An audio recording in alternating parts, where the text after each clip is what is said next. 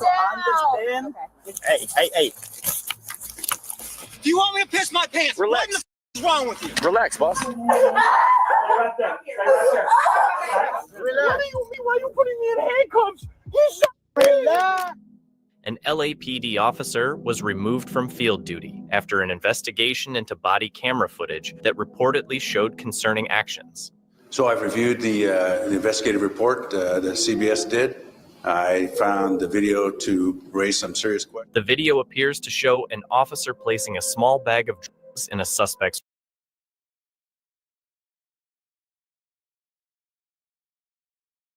wallet. I did watch the broadcast. From field duty after an investigation into body camera footage that reportedly showed concerning actions. So I've reviewed the investigative report that CBS did.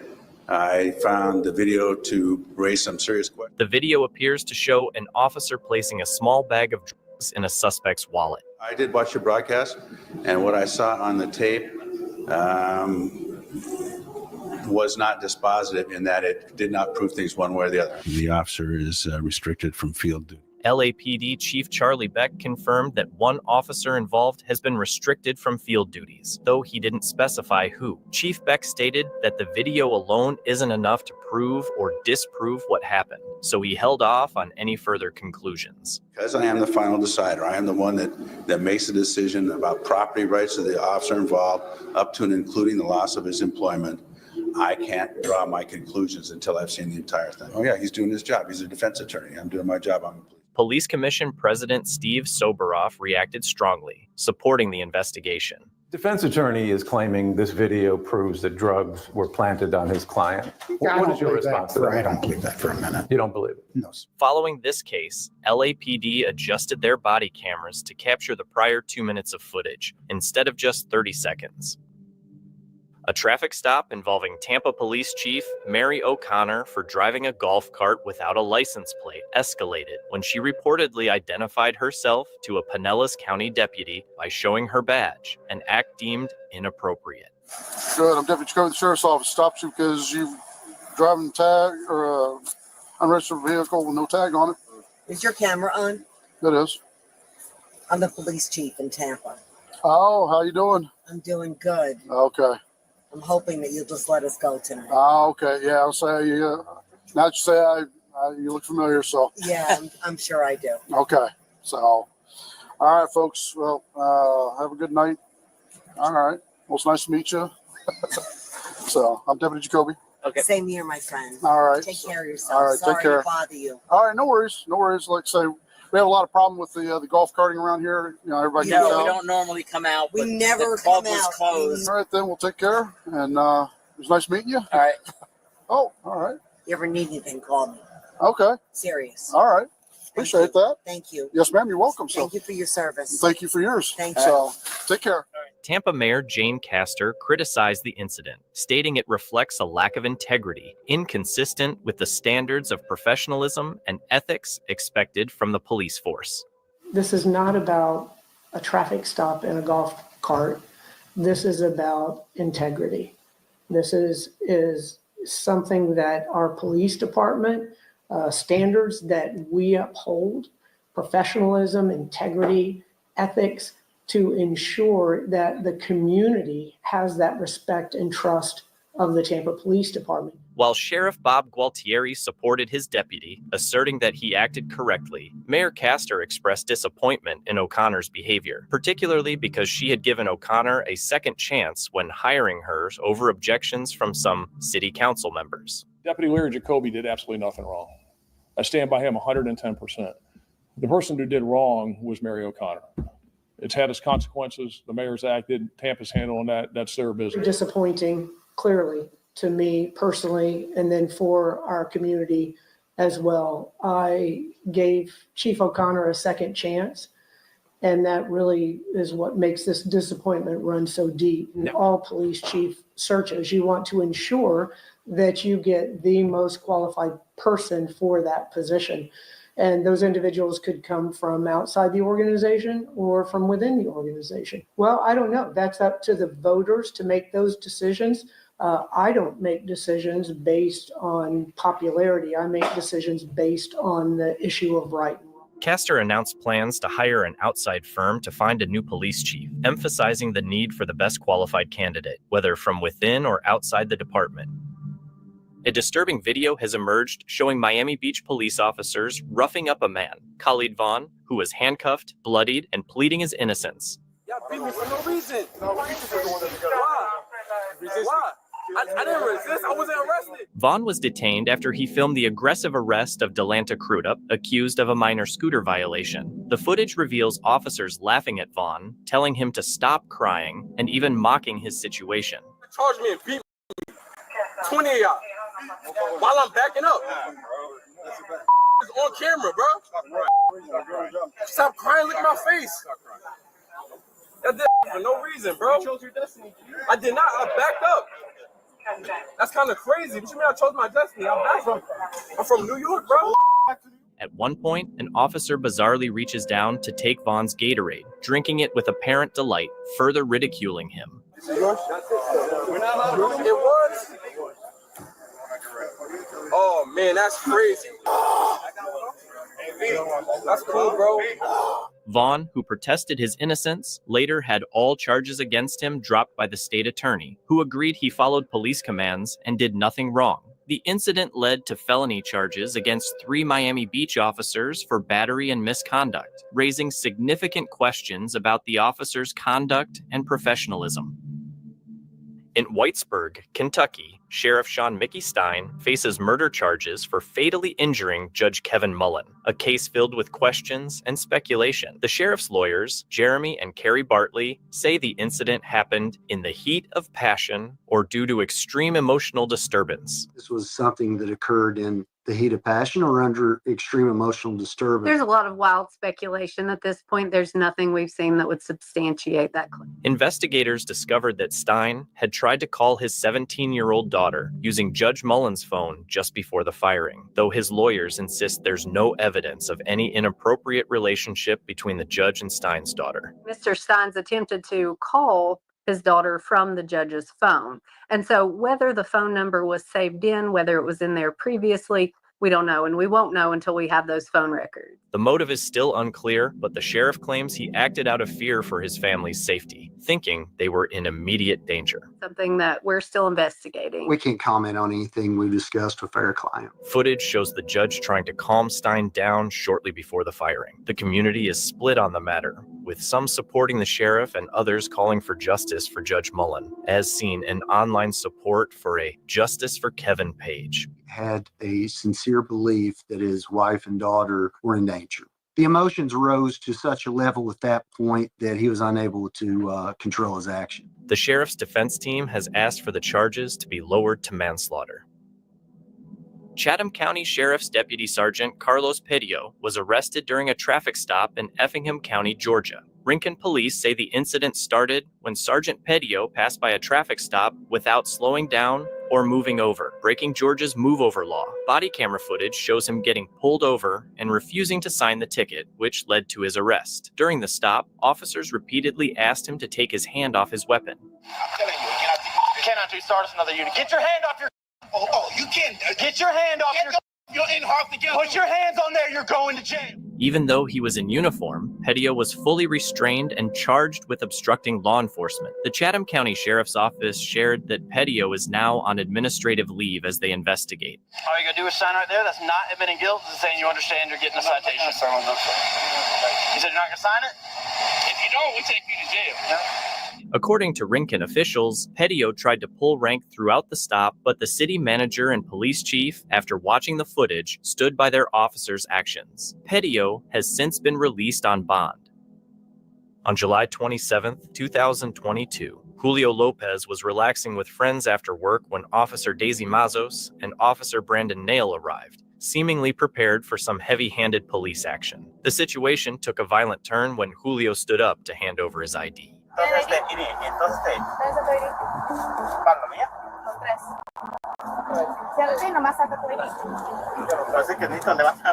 Hey, sit the down. Hey, you don't have to talk to me. Well, you're gonna go in handcuffs. Hey, down. I know. You know what? Yes. Take out your Yes. ID. No, what? Take out your ID. I know. I have to take it out, but I have to take it out.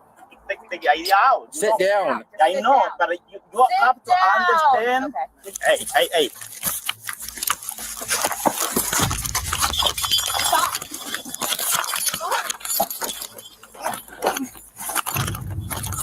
Ground, dude. Both officers forced Julio to the ground, punched him in the face, and shoved his head into the rough pavement. I not do anything, man. Sir, I not do anything. Told you to sit down, you don't sit down. Get out of the way. Stop moving your hand. Just leave it on the I back. not do anything.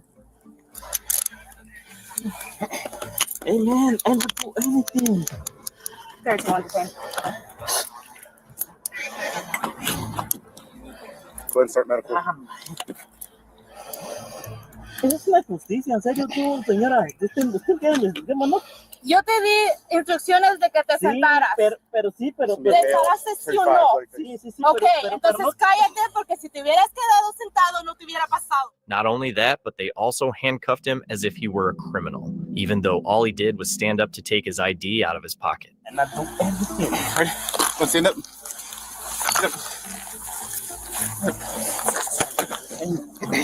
Take a car. I'm not doing anything.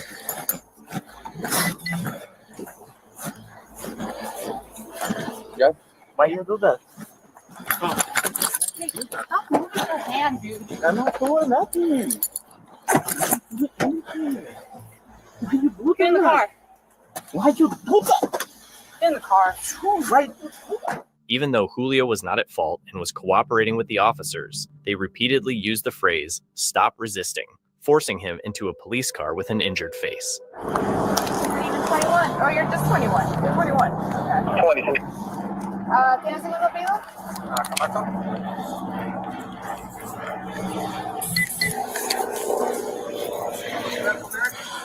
His face is blown out. He's got a bad day. Okay. So he's only fought with. Okay. He's still cooperative. You want to stand by with? Stand by that? Yeah. While Officer Daisy questioned Julio's friends, Officer Nail took photos of the scene as if he were on a movie set, seemingly for his personal collection. No, not you. It's not me. Oh, good.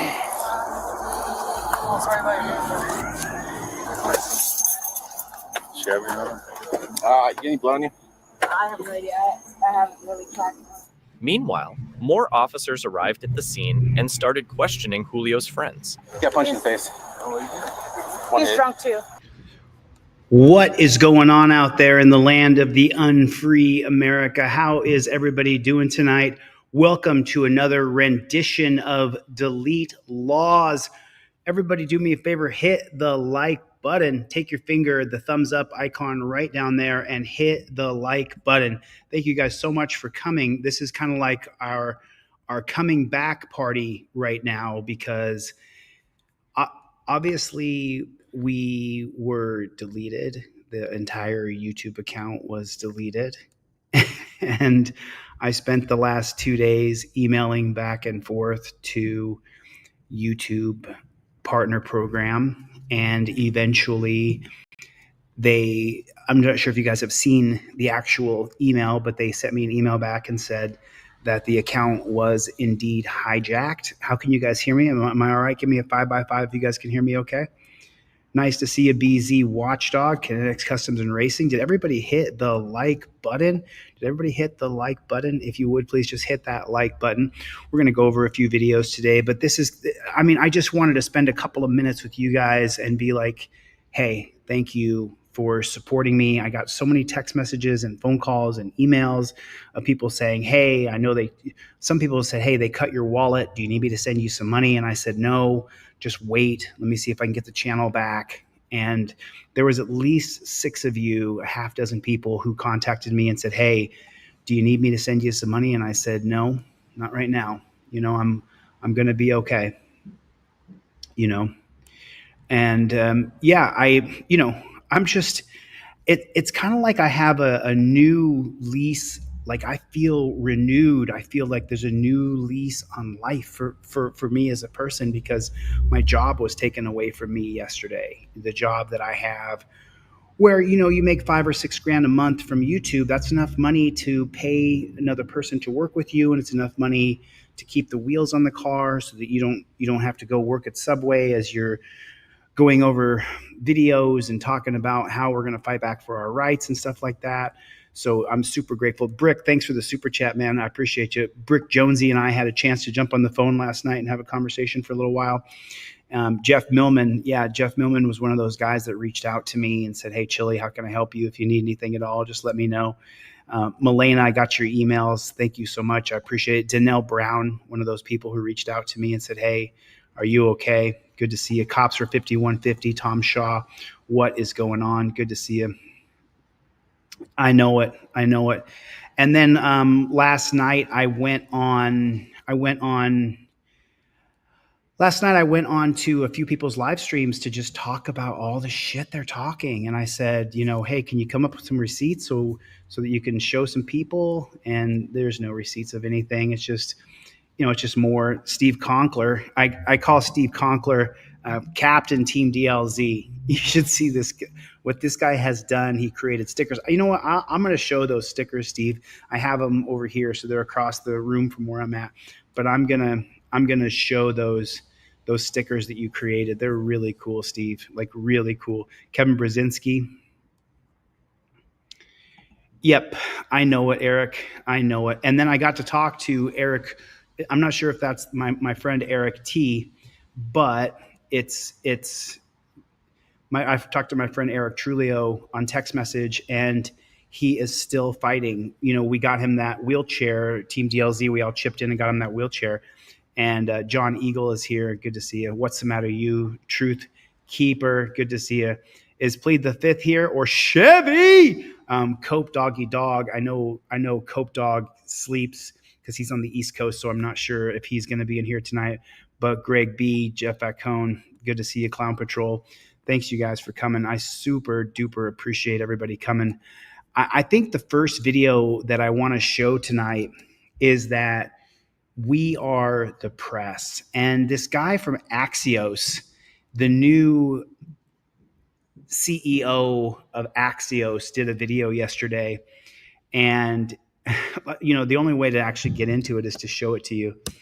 And this. All right, Jim VandeHei. Last week, he's here, right? Yeah. Last week, you were awarded the 2024 Fourth Estate Award by the National Press Club, along with Axios' the great Mike Allen. So congratulations.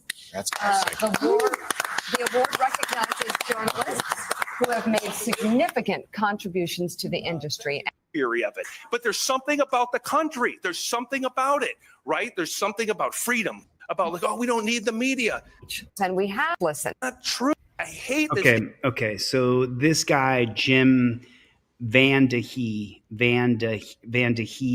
whatever his name is, this guy is going to say that we're not the media, and that the mainstream media is really the most important thing. You made during your acceptance speech. Let's listen. I hate this damn debate about like, oh, we don't need the media. Like, it is not true. Think about what makes this. I love this country. I'm a beneficiary of this country. Like some from Wisconsin who can come and start 2 companies, be up here, win an award, sit next to Mikey. I'm a beneficiary of it. But there's something about the country. There's something about it, right? There's something about freedom, capitalism, the animal spirits of democracy.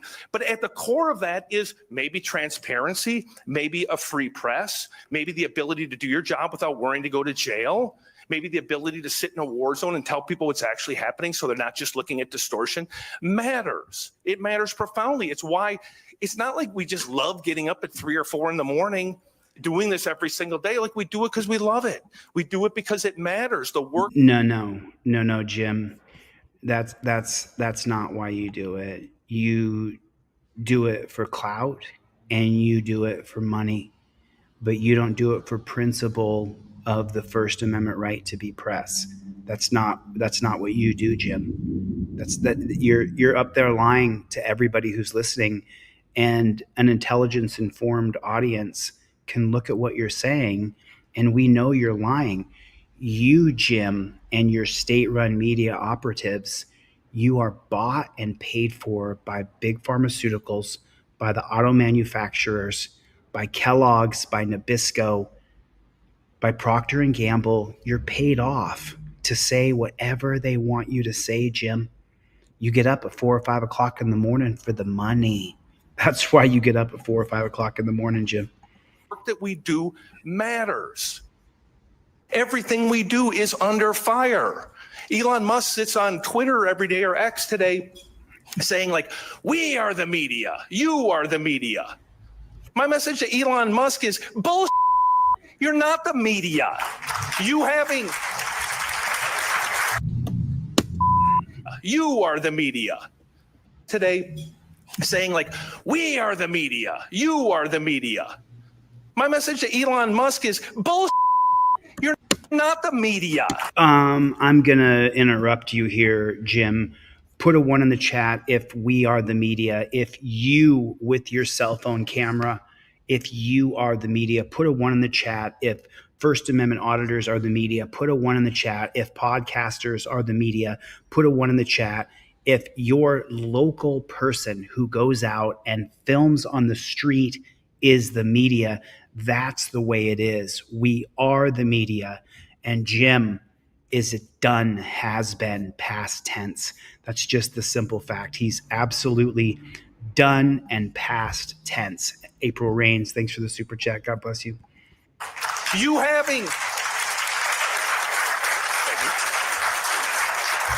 having a blue check mark, a Twitter handle, and 300 words of cleverness doesn't make you a reporter. Oh, but it does, Jim. But it does. As a matter of fact, throughout the history of time, presidential elections were won and lost through memes. The old school memes were the cartoons that people drew. Any more than me looking at your head and seeing that you have a brain and telling you I have an awesome set of tools makes me a damn neurosurgeon, right? Like what we do, what journalists do, what you did in Mississippi, what Al Jazeera does in the Middle East. You don't proclaim yourself to be a reporter. I'm so sorry. Forgive me for interrupting. Jim, you actually do. You actually do proclaim yourself to be a reporter, Jim. Wow. I mean, your whole world must be crevicing in your mind because literally, oh, there's Talk G. Thanks, Talk. Appreciate it. Talk G sent me an email, said, are you going to be okay? April sent me an email, said, are you going to be okay? So many of you guys reached out to me when I just got kicked square in the nuts. We'll talk more about that. Let's get through this video here. But Jim, you're 100% incorrect. You do just claim you are the media. What you did in Mississippi, what Al Jazeera does in the Middle East. You don't proclaim yourself to be a reporter. Like that's nonsense. Like being a reporter is hard, really hard. You have to care. You have to do the hard work. You have to get up every single day and say, I want to get to the closest approximation of the truth without any fear, without any favoritism. I'm so sorry. Thanks for the super chat. Let's OTVO. Let's overturn Terry versus Ohio. Listen to this and him say this with a straight face.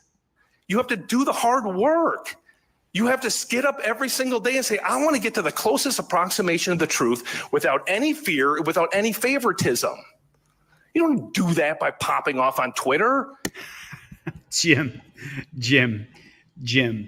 you want to come to the closest semblance of the truth as long as it stays close to your funders' messaging. As long as the big pharmaceutical industry is represented well and you don't misrepresent them in a negative way, as long as Kellogg's or Nabisco, or as long as Gillette or whoever's paying you, Jim, that's the truth that you produce. You teach reporters that work for you to produce a truth that is based on what your advertisers want them to say.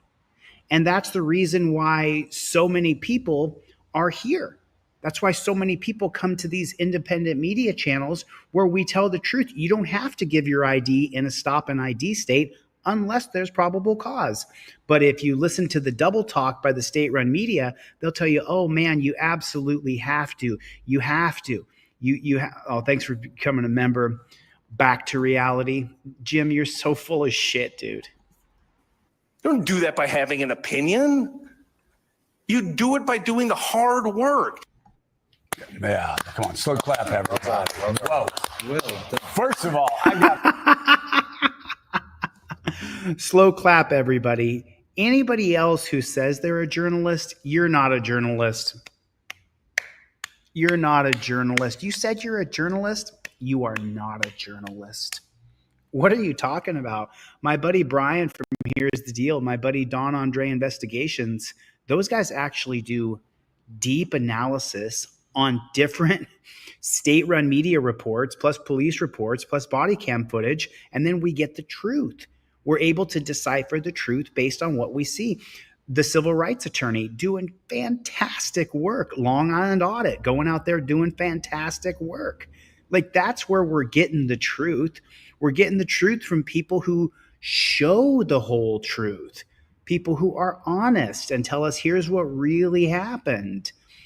These people applauded him shutting down you as a media reporter, and they all gave him a slow clap. Slow clap, everybody. Slow clap. Everybody, welcome back to reality. Thanks for coming and becoming a member.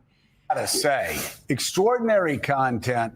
It needed to be said. Yeah. It continues to need to be said. When all of the garbage that's flying around on social media, lying about reporters, lying about the hard work they do, lying about the hard work editors do, lying about everything up and down about not only their alternative set of facts, but alternative set of facts about what people like you do. And I love how you connected reporters in Mississippi in the 1960s to reporters fighting for their life to get the story out in the Middle East today. Jim, it was very powerful. Really good. Very powerful. Even if even if we had to beep you more than we would if we ran a Dave Chappelle concert. I It was liked still it because good. Jim's mild mannered. He preached it though. The cadence. I mean, I might get him ordained. Well, let me just say why this is so important right now, more than ever, is because critics of the press are feeling more empowered than ever to lie more than ever. I've had friends for years going, oh. I'm so sorry. Did he say that critics of the press are feeling more empowered than ever to lie? Now, these people are on the left, so the lies they made up about Trump were fantastic. Trump is like Hitler. I don't like Trump. I don't support Trump. I'm not a Trump guy. He wants to indemnify police. He wants to make America a war zone by putting SWAT teams on every block in America and grabbing that illegal immigrant and getting rid of him, because that's the biggest problem, right? It's not the cost of food. It's not the police state, not those things. So I'm not a big fan of Trump, right? But he's not Hitler. He's not Hitler. He dropped less bombs than all the other presidents previously, but he still dropped bombs. So, but these guys just had a constant drizzle of lies and misinformation about Trump, just like the people on Fox had a constant stream and misinformation about Kamala, which is the reason why we as independent journalists are so popular. That's why hundreds of thousands of people or millions of people tune in to independent journalists every single day. This video alone, by the time we're done, 10,000, 20,000 people will see this video. And it's perspective that you share. Put a 1 in the chat if you're a regular person and you get your news from regular people like me. I'm a regular person who did a bunch of research. I'm autodidactic. I learned everything on my own. And so this is how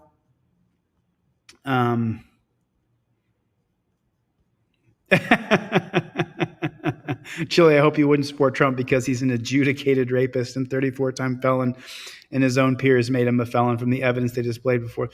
Yeah, I'm not a Trump supporter, but I'm also not a Kamala supporter. You know, I'm 100% sure that that's true. YouTube is definitely shadow banning. Where are you guys watching from? Are you watching from Facebook? Are you watching from X? Put in the comment section real quick just what platform you're watching on, just so I can see where everybody's at. Oh, I'm so overwhelmed, Joe, by the news. I don't read the news.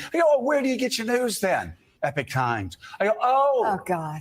Oh, you get your news from a website run by Chinese, by conspiracy theorists in a Chinese religious cult. That is where you get the no. Or if social media, people lying every day, every hour, every minute. And what about the people listening to you, Joe? You are big pharma backed. You are corporation backed. You are telling people to go out and get you're a total fraud, dude. You read whatever they put on a sheet of paper. Maybe you slightly alter the words, but you are a bought and paid for shill of the corporations. You're owned. You can't say what you want to say because you're paid for, bro. And then I put Ghostface up here, Trump derangement syndrome much. And I agree with that. I think that there is some Trump derangement syndrome. I think he's going to do a terrible job, Ghostface. He's already refilling up with the swamp, but let's see. Let's see what he does. Do you know what I mean? I'm super apprehensive, to be honest with you. About the news. What you do matters. What the New York Times does matters. What the Wall Street Journal does matters. What Jonathan Lemire does matters. What the Financial Times does matters. I voted third party, brother. I showed who I voted for. I showed my voting ticket. I voted for the Freedom and Liberty Party. What NBC News and MSNBC reporters do matters. It matters. And it doesn't mean there aren't things that we get wrong. And the reason I guess I was hopped up at that speech was I listened to so many reporters who feel like the industry's going to hell. Nobody trusts them. They're demoralized. And the truth is we don't have time to be demoralized. We don't have time to whine. We have to do our job. Oh, you got to get back on pitching for the corporations. You got to make sure that you sell that big pharma, sell that jab. Like there is a information war out there. Right. You mean, I'm so sorry. I hate to interrupt this so much, but I couldn't even get through this whole thing earlier. There's an information war out there because you are the propagator of misinformation. You lie to us about everything. Put a 1 in the chat if this guy lies. If Axios, if Joe, if Fox, if CNN, if MSNBC, if Vogue, if Vice, if 60 Minutes, NBC, CBS, ABC News, put a 1 in the chat if they lie. If they lie. If they, I'm taking a look at the chat here. 111. Shake it like a salt shaker. Shake it like a salt shaker. Shake it like a salt shaker. You guys are lying to us, and we, the people, know it. We know you're lying to us. We are very clued in that you're lying to us. And there's still tens of millions of people that depend on great reporting. And it's our job to make sure we create viable businesses around it and that we really do try to get to the closest approximation of the truth. Maybe do a little bit, maybe be more curious than condescending, maybe a little more fearless than foaming at the mouth. And I think if we can do those things, I think we can win back people who are skeptical. The entire social... No, you can't win people back. You are a lying shill. You are a state-run media operative. You're the enemy of truth. Media ecosystem, a lot of the things you just mentioned, they feed off of all of us trying to get to the closest approximation of truth. So people just I think they need to calm down. I know there's a lot of your viewers who kind of wish that sometimes everything was just like boom, boom, boom on one side. But we have to bring people facts. We have to bring people clarity and hopefully reported insights so they can ultimately make better decisions and understand a very, very complicated world. By the way, we've got great viewers. And you know what our viewers are? They're family. We got a family that understands because they've been around. You have a family that follows you that understands because you've been around. The New York Times has a family. Wall Street Journal. These places that have great reporters. Okay, so let me comment on that. Okay, you have people massively defecting from these fake lying organizations. you had people who believed in the New York Times until we've caught them lying over and over and over. You had people like me. I used to like to watch 60 Minutes. Put a 1 in the chat if you saw them replace the answer that Kamala gave on the Middle East war between Israel and Hezbollah. Put a 1 in the chat if you saw them lie on 60 Minutes and replace Kamala's answer. Lord knows I'm not a Trumper. Lord knows I'm not a Trumper. That's just not, I'm not. I'm not. So let me listen to this with you guys real quick. Let me listen to this. You know what our viewers are? Their family. Your viewers are family that you lie to? I mean, how many of you guys, and I'll just say it. If I lie to you guys should leave. You should leave and not come back. He lies to his people. So you're not really like a family, Joe. You lie. We got a family that understands because they've been around. No. You have a family that understands that you have to leave MSNBC to get to the truth. You won't get the truth on this channel. You won't get the truth out of these lying ass frauds. It's just so unbelievable. You have a family that follows you, that understands because you've been around. The New York Times has a family. Wall Street Journal. The Wall Street Journal and the New York Times are not to be trusted. If you didn't know that, let me be the first person to tell you. These people are lying. The New York Times and who else? Stands because you've been around. The New York Times has a family. Wall Street Journal. The Wall Street Journal. The Wall Street Journal is fraud. The Wall Street Journal is all lies. It's all lies. You make things up as you go. It is such crap. These places that have great reporters, right? They don't need to worry about what happens over the next 5 minutes or the next 5 weeks or the next 5 months, because you print truth all the time. And like you said, this is what gets me. If somebody pops off on Twitter or some other social media and they lie, they make mistakes. You know what the cost of that is? Nothing. They do it again. In fact, it helps them because algorithms are rigged. So you stir up shit, and you the more you can get people angry, the more followers you get. But also now it's monetized to help you lie. The more you hate, the more you make. Yeah, there you go. I like. Hey, Rev, did you print for your next weekend? That'll go viral. I like that. I like that. But Jim, here's the deal that I explained to my friends that go into the gutter and get disinformation. I say, there's no cost for them lying to you. But if Jim Vandehei has a reporter that gets it wrong, well, they're editors. If the New York Times gets something wrong or the Wall Street Journal reporters get something wrong, they're editor after editor after editor after editor, and they check it and they make sure it's right. They make sure it's double and triple sourced, and still sometimes they get it wrong. And so then what happens? They either retract it or most likely they get sued if they don't retract it, right?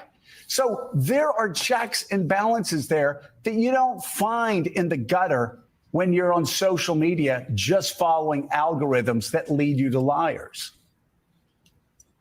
And it's easy to take one case of something being biased or one case of something being wrong and saying, therefore, everything the New York Times writes or Axios writes is wrong. And what I tell people is just read the Wall Street Journal or Axios or the Financial Times or the New York Times every day and use your own eyes. Do you feel like they're trying to get to the closest approximation of the truth with every story, and that most of the time, if not almost all of the time, they do? If they do, then you can trust it as a news source. It doesn't mean you can't give yourself time to go get riled up because you have ideological views or other passions. But if you take away truth and you take away reported truth or common facts from the equation, I honestly believe the whole damn American experiment goes under.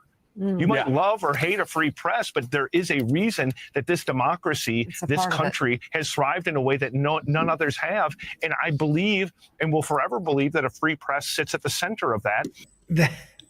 Bro, this is quite literally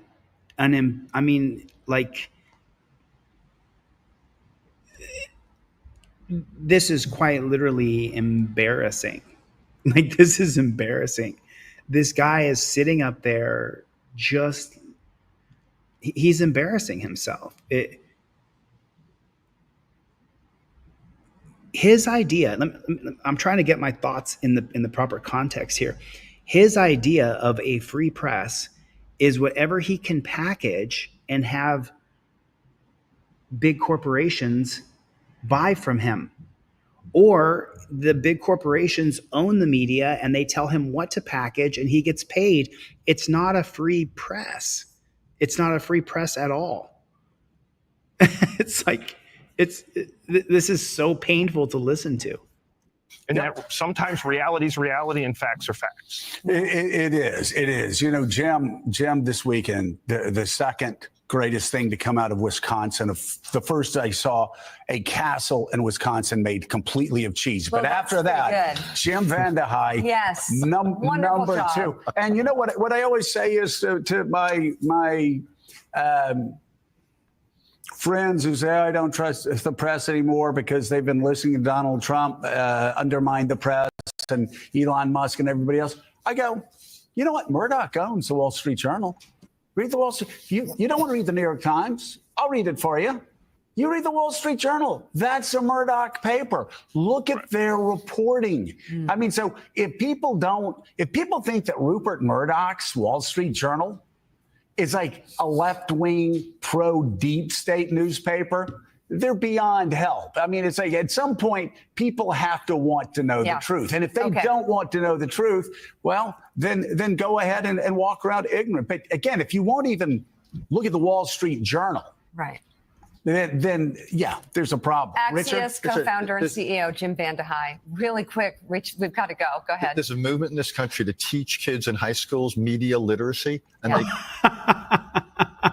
I'm so sorry. Okay. You remember, I'm going to see some things that you guys don't see. So we're all going to see things a little bit different. You're going to see things I don't see, but let me translate for you, okay?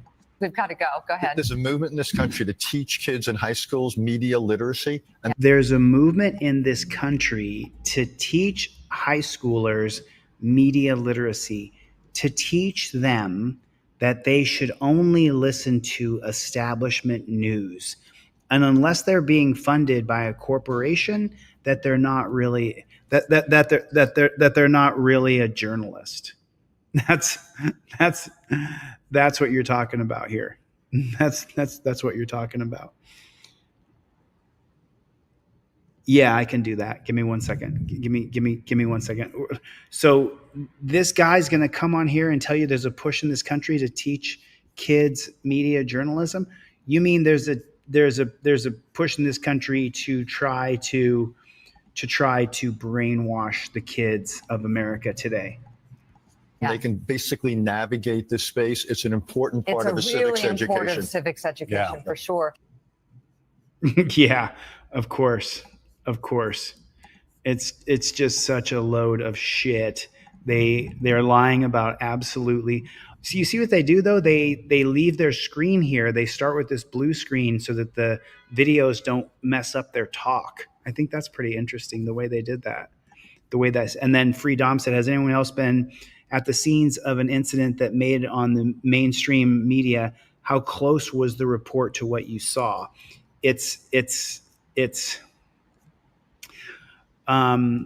So listen, I'm reading some of these comments. I'm trying to keep up. There's a few more people here tonight. So, but Booker, you're probably not going to change anybody's position politically. You know what I mean? Like I don't like Trump, I don't like Kamala, I don't like Republicans, I don't like Democrats, but you know, if we sit and joust about Trump or Kamala, we just create division, and it's not really gonna do us a lot of good at the end of the day. Booker, I haven't seen you in here before, but a lot of the people in this room are super tight. I've been around for almost 4 years on YouTube. A lot of these people are super close friends, and they completely disagree on Trump versus Kamala. They completely disagree on left versus right. Where we all do agree on this channel is overturning Terry versus Ohio, getting rid of torture cuffs and replacing cuffs with something that's not metal shackles. Turn around, put your hands behind your back. That's got to come to an end. There's things that we deeply agree on. And there's people in here who don't agree with me on a lot of things, but they still support this mission, because overturning Terry versus Ohio, it takes the guy on the street that says, hey, I'm suspicious of you, so I get to investigate you, and it ends that. Reasonable articulable suspicion was created in 1968. It's completely fabricated. It's completely fake. And so I wanted to, you know, this is a few years old, and I wanted to show this because I want to show you right after the Axios piece, I want to show you how the state-run media is in bed with the U.S. government to try to get you to believe that they're working on justice, but it's a great big scam. Daniel Pantaleo. So if you guys don't remember Eric Garner, I believe it was 2011 or 2012 when he was choked out on the streets of New York City. But this was released 3 years ago, and the title of this is U.S. Judiciary Inquiry to Look into Eric Garner's Death. I guess that didn't happen. Eric Gardner was unarmed and by all accounts minding his own business when New York police officers accused him of selling loose cigarettes outside a convenience store. Daniel Pantaleo, one of the officers on scene, put Gardner in a chokehold, prohibited under department use of force guidelines. And that led to the death of the 46-year-old father of 6. If I can't breathe, you can't breathe. A grand jury decision not to charge Pantaleo sparked nationwide protests. I can't breathe. Gardner's dying words, "I can't breathe," became a national rallying cry against police brutality. 5 years later, Pantaleo was fired from the New York Police Department, and the city settled a wrongful death claim with Gardner's family for several $1 million. But 7 years on, Gardner's mother, Gwen Carr, says there is still work to be done. There is no justice for Eric. Eric is gone. But we still need closure. And closure would look like to me if all those officers who was involved in my son's death that day stand accountable. And there was transparency, in which we know all of that was tried to be hidden. A judge granted Gwen Carr's request to hold a judicial inquiry into her son's death. Such inquiries are very rare. The last time one was held here in New York was over 100 years ago. And it's not a trial. There will not be a jury, and nobody will be found guilty or innocent when it's over. But it's a way for lawyers to question powerful people that dealt with Gardner's death. Well, let's talk about that a little bit. Powerful people that dealt with Gardner's death. So let's talk about what this is right here. So if you take a look at what you're seeing on the screen right there, when the cops walk up to Eric Garner, let me give you the actual verbiage. That's called a Terry stop. That's called a Terry stop. They're investigating reasonable articulable suspicion. They had claimed that a store owner called them and said that he was selling loose cigarettes out there. That's what he said. And so that's the argument. But what are you looking at right here? What's that called? What is it called when a cop approaches somebody without a warrant and only suspicion? That's called a Terry stop.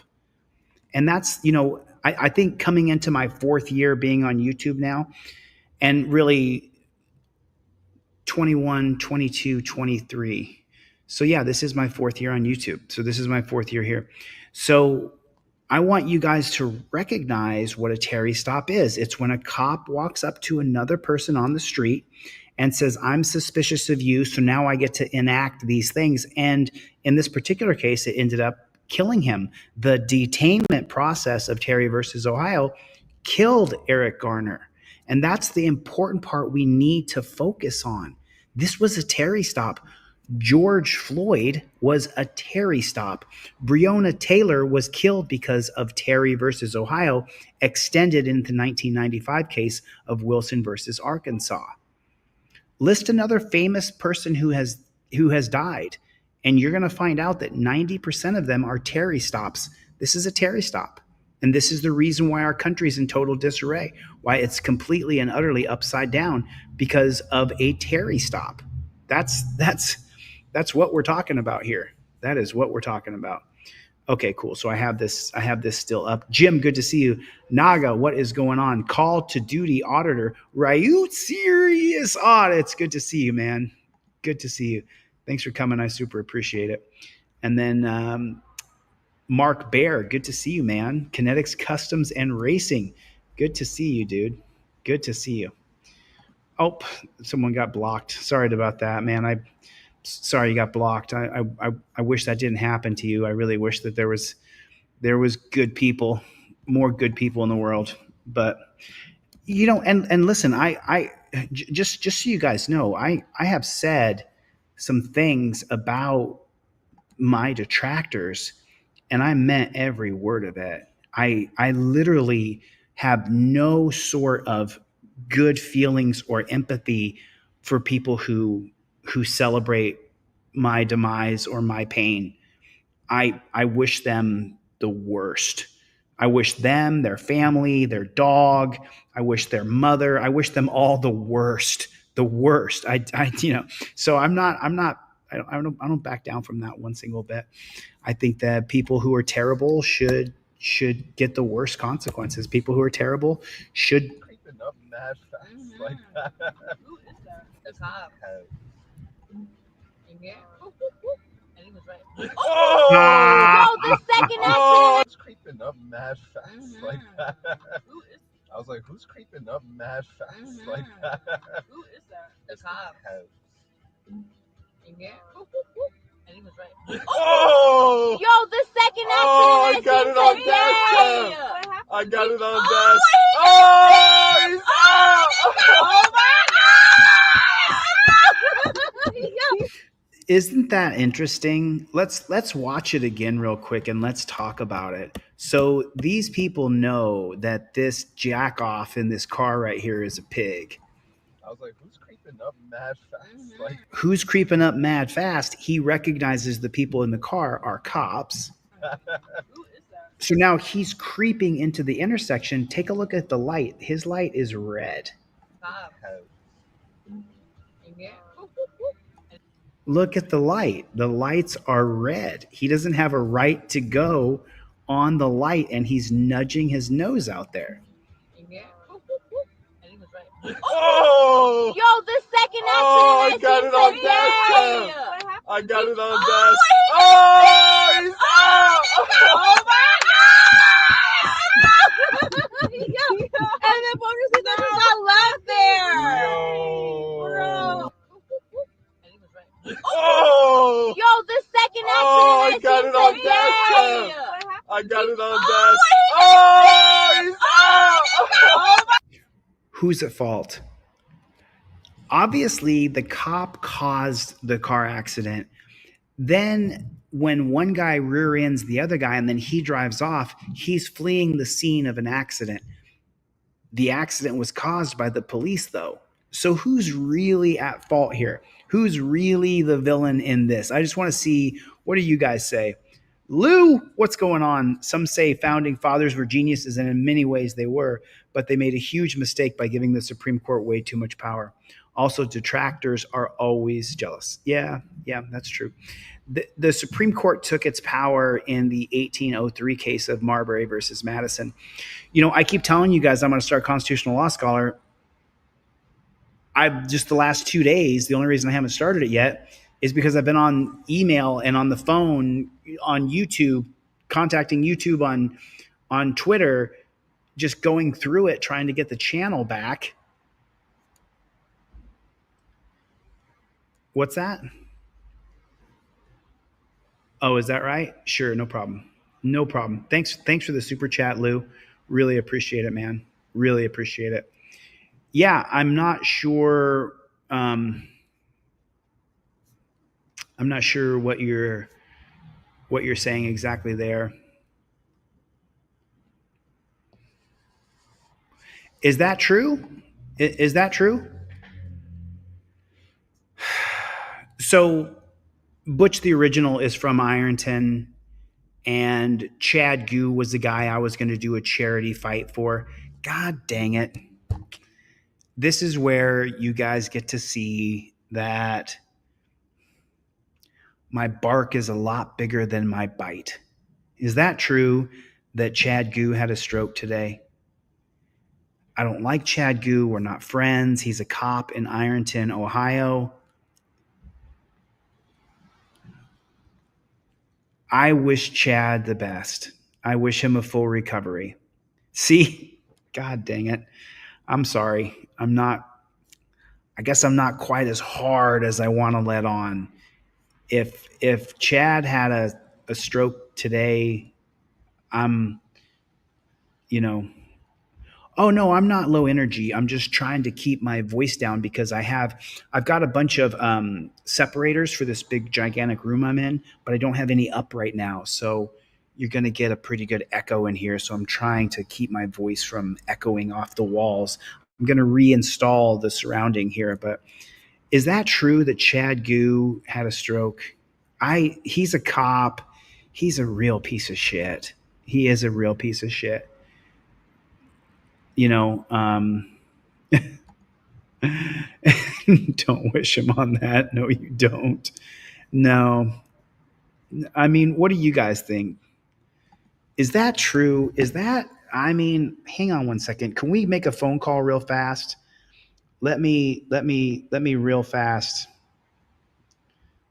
Let me just call Beth Rist and see if that's true.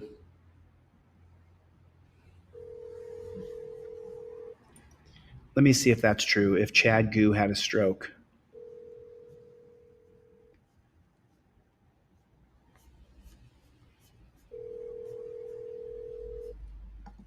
I hope not. I guess when it comes to life, I'm a great big softy, Hey guys, this is Beth here. Can't get to the phone right now if you want to give me a call back. Let me ask her to call me. Please call me. Gosh dang it.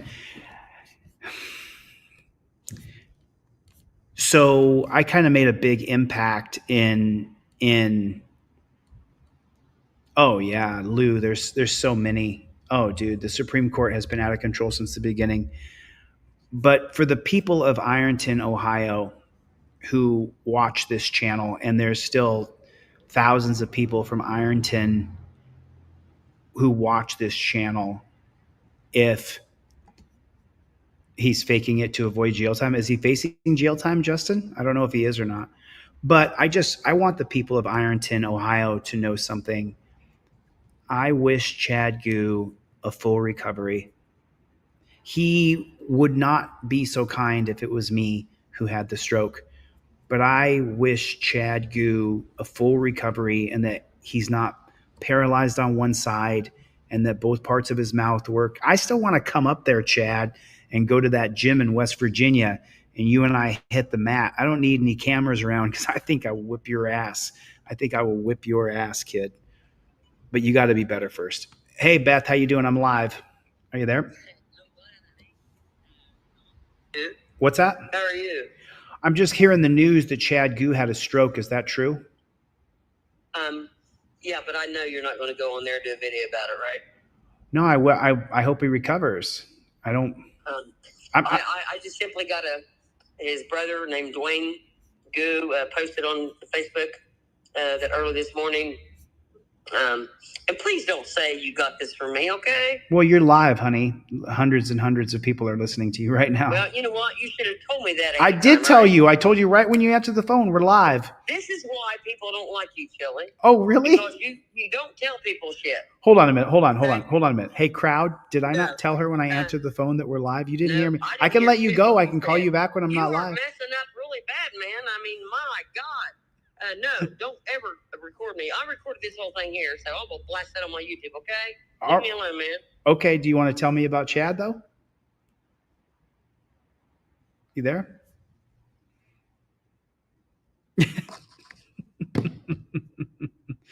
No, Vacavillin, there's actually 454 people.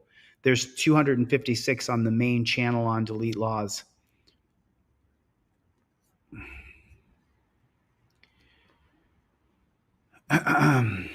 Thanks, Lou. I appreciate it. Yeah, she hung up. She got upset because she's being recorded, and Beth doesn't like to be recorded. So, yeah, I don't know. Is that Naga? Naga is here.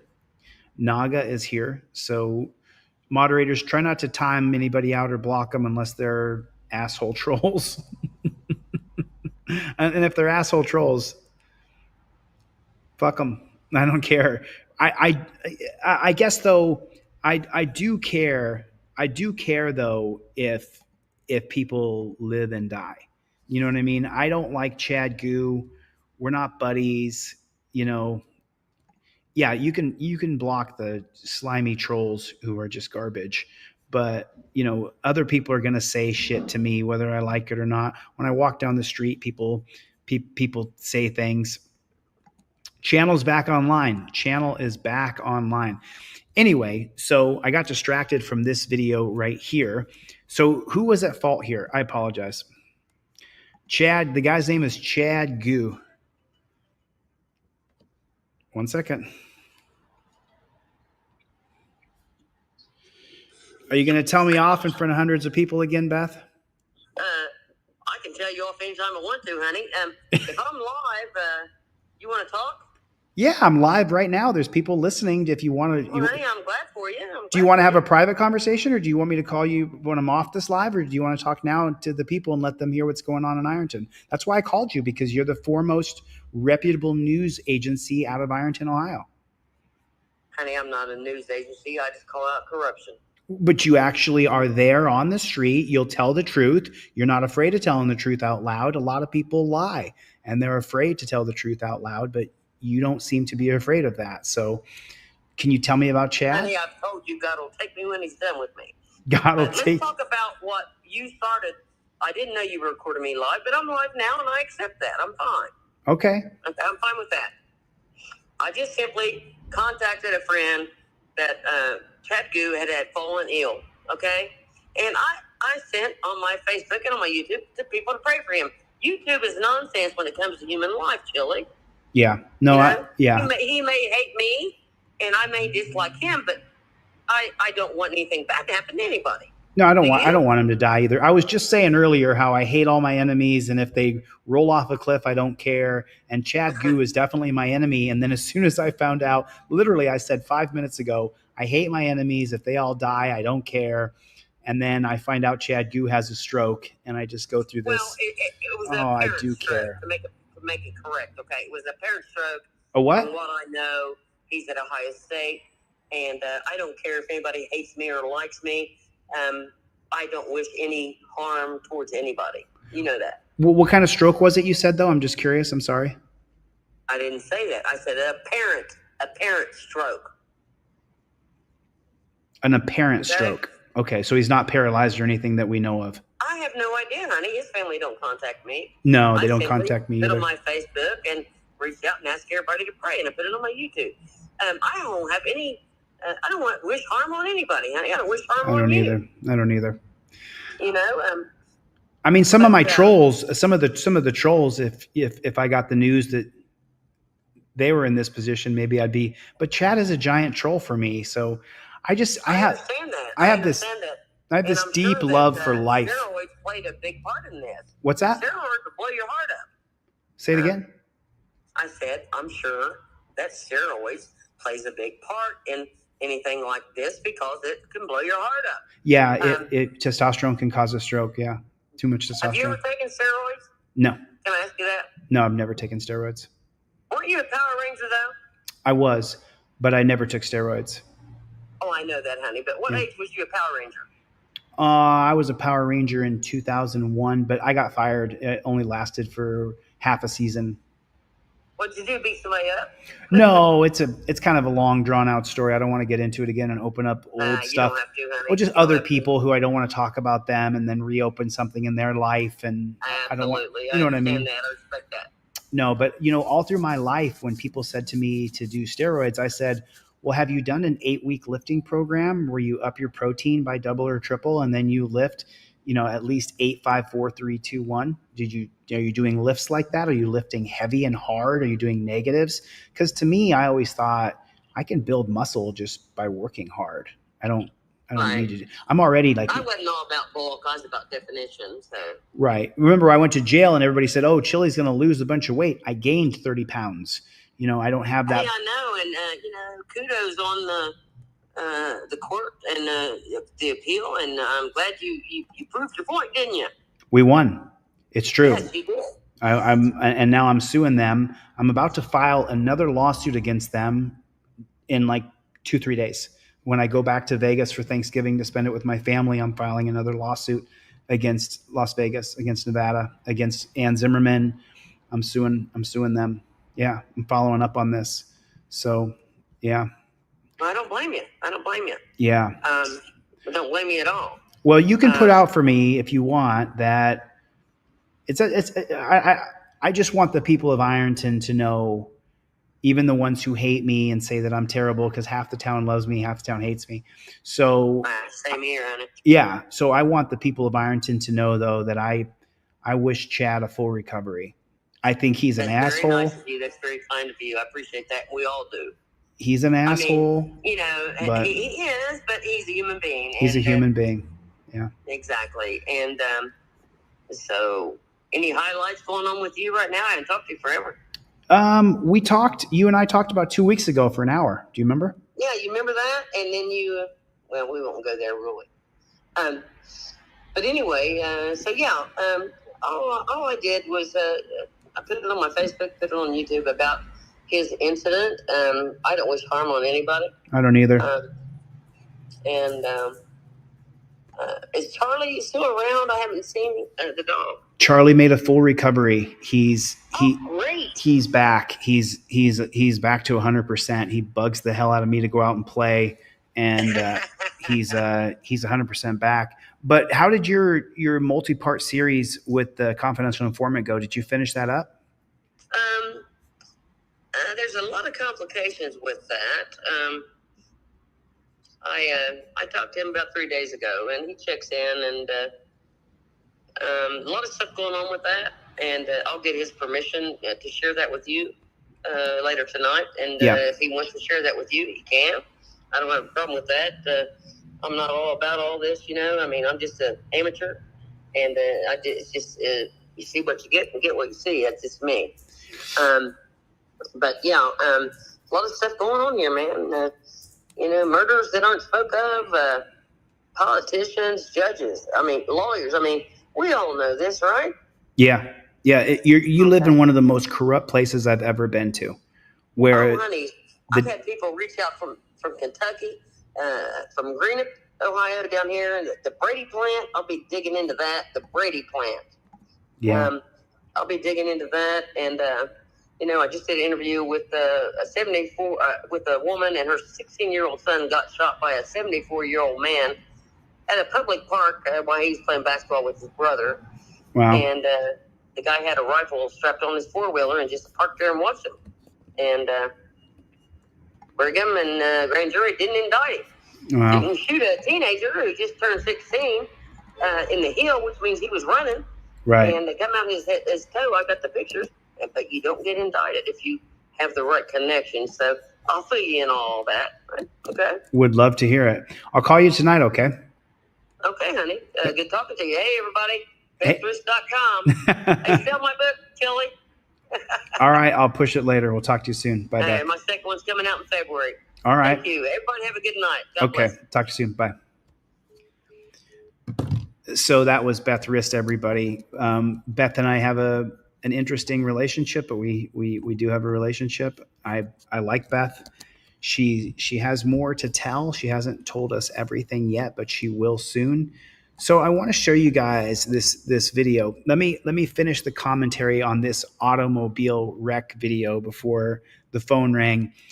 This is the cop's fault. The cop caused this accident right here. He completely and utterly caused this accident. Oh! Yo, the second accident. Oh, I got it on dash cam. I got it on dash. Oh, he's out! So in my humble opinion right there, that cop completely and utterly caused the car accident. First Amendment Protection Agency is here. Everybody get over there. He's a prolific auditor. He's out there on the street, similar to how I was 4 years ago, out there on the street, putting his feet on the concrete, taking on cops face to face, flexing his First Amendment rights, flexing his Fifth Amendment right. So it's like, yeah. So this video, the cop was 100% responsible. I'm going to show you another video right now that's going to make your blood boil. It's going to make your blood absolutely. Is it what you were hoping for? No comment from 30-year-old Richard Pinero Friday afternoon, leaving Baltimore City Circuit Court after being found guilty on both counts against him by Judge Melissa Finn. Pinero's defense team only saying this. We'll give a statement at the appropriate time. Thank you. The state said he planted evidence in a drug case and recorded himself doing it on his department-issued body-worn camera. Baltimore police officer Richard Pinero said he never meant to do anything wrong. He just forgot to turn on his camera when he found drugs in an alley nearly 2 years ago. So he thought a take two was in order, a recreation for the record. These two sides facing off like this during a 3-day bench trial up on the 5th floor of Courthouse East, with one last chance Friday morning to drive it home before the judge. The defense calling the whole thing an honest mistake. The state accusing the officer of not being honest about that mistake, which is illegal. And this afternoon, Judge Melissa Finn agreed with the prosecution, finding Pinero guilty on both counts, saying, without a doubt, he created the video to deceive and submitted the video knowing it would be used at a trial. Judge Finn calling that a willful use of his authority for his own personal gain. We're going to come right back to this. This is at 1 minute and 22 seconds. Baltimore police are drug where his body camera is recording. So this is the video of Pinero in a trash-filled lot, seemingly unaware his body camera is recording. Moments later, he retrieves the can, which contained a bag of white capsules. Prosecutors have now dropped charges against the man arrested for drugs. He planted the drugs. Let me see if this video is a little bit better. I have a different video for you. Maybe this video will show it. This guy, I found a different video earlier that clearly showed it. Moments caught on tape. This is a key tonight. Yeah, Kelly, we're across, but regardless of what the officers in this video are actually doing, the perception is shaping reality for many in the city. We look at police officers with what respect? You know, they're going to help us out. But I'm so sorry. I hate to interrupt it. For many in the city. We look at police officers with what respect? You know, they're going to help us out. But then when we see videos like that, and then with all the current, just like bad things that we're hearing, we're fearful. And we are actually doing, the perception is shaping reality for many in the city. We look at police officers with what respect? You know? No. Put a 1 in the chat if you do not look at police officers with respect. Put a 1 in the chat if you do not respect police. Put a 1 in the chat if you do not trust the police at all whatsoever. I don't care how nice they are or how much they talk with an accent, or maybe they're Minnesotan and they talk with a little bit of an accent like that. I don't care. I have lost respect for police. Now I have to talk in a certain way. I have to act in a certain way for the judge and for the public who are going to hear the way I interact with half of these evil demons. but I don't have any respect for police. I don't respect them. And I don't think that you should either. I think respect is earned over a long period of time. I don't think that, and this guy's just blanket statement just made me is shaping reality. Just made me for many in the city. He starts off with the term we. You heard it. You look at police officers with what respect? You know, We look at police officers with what respect? No.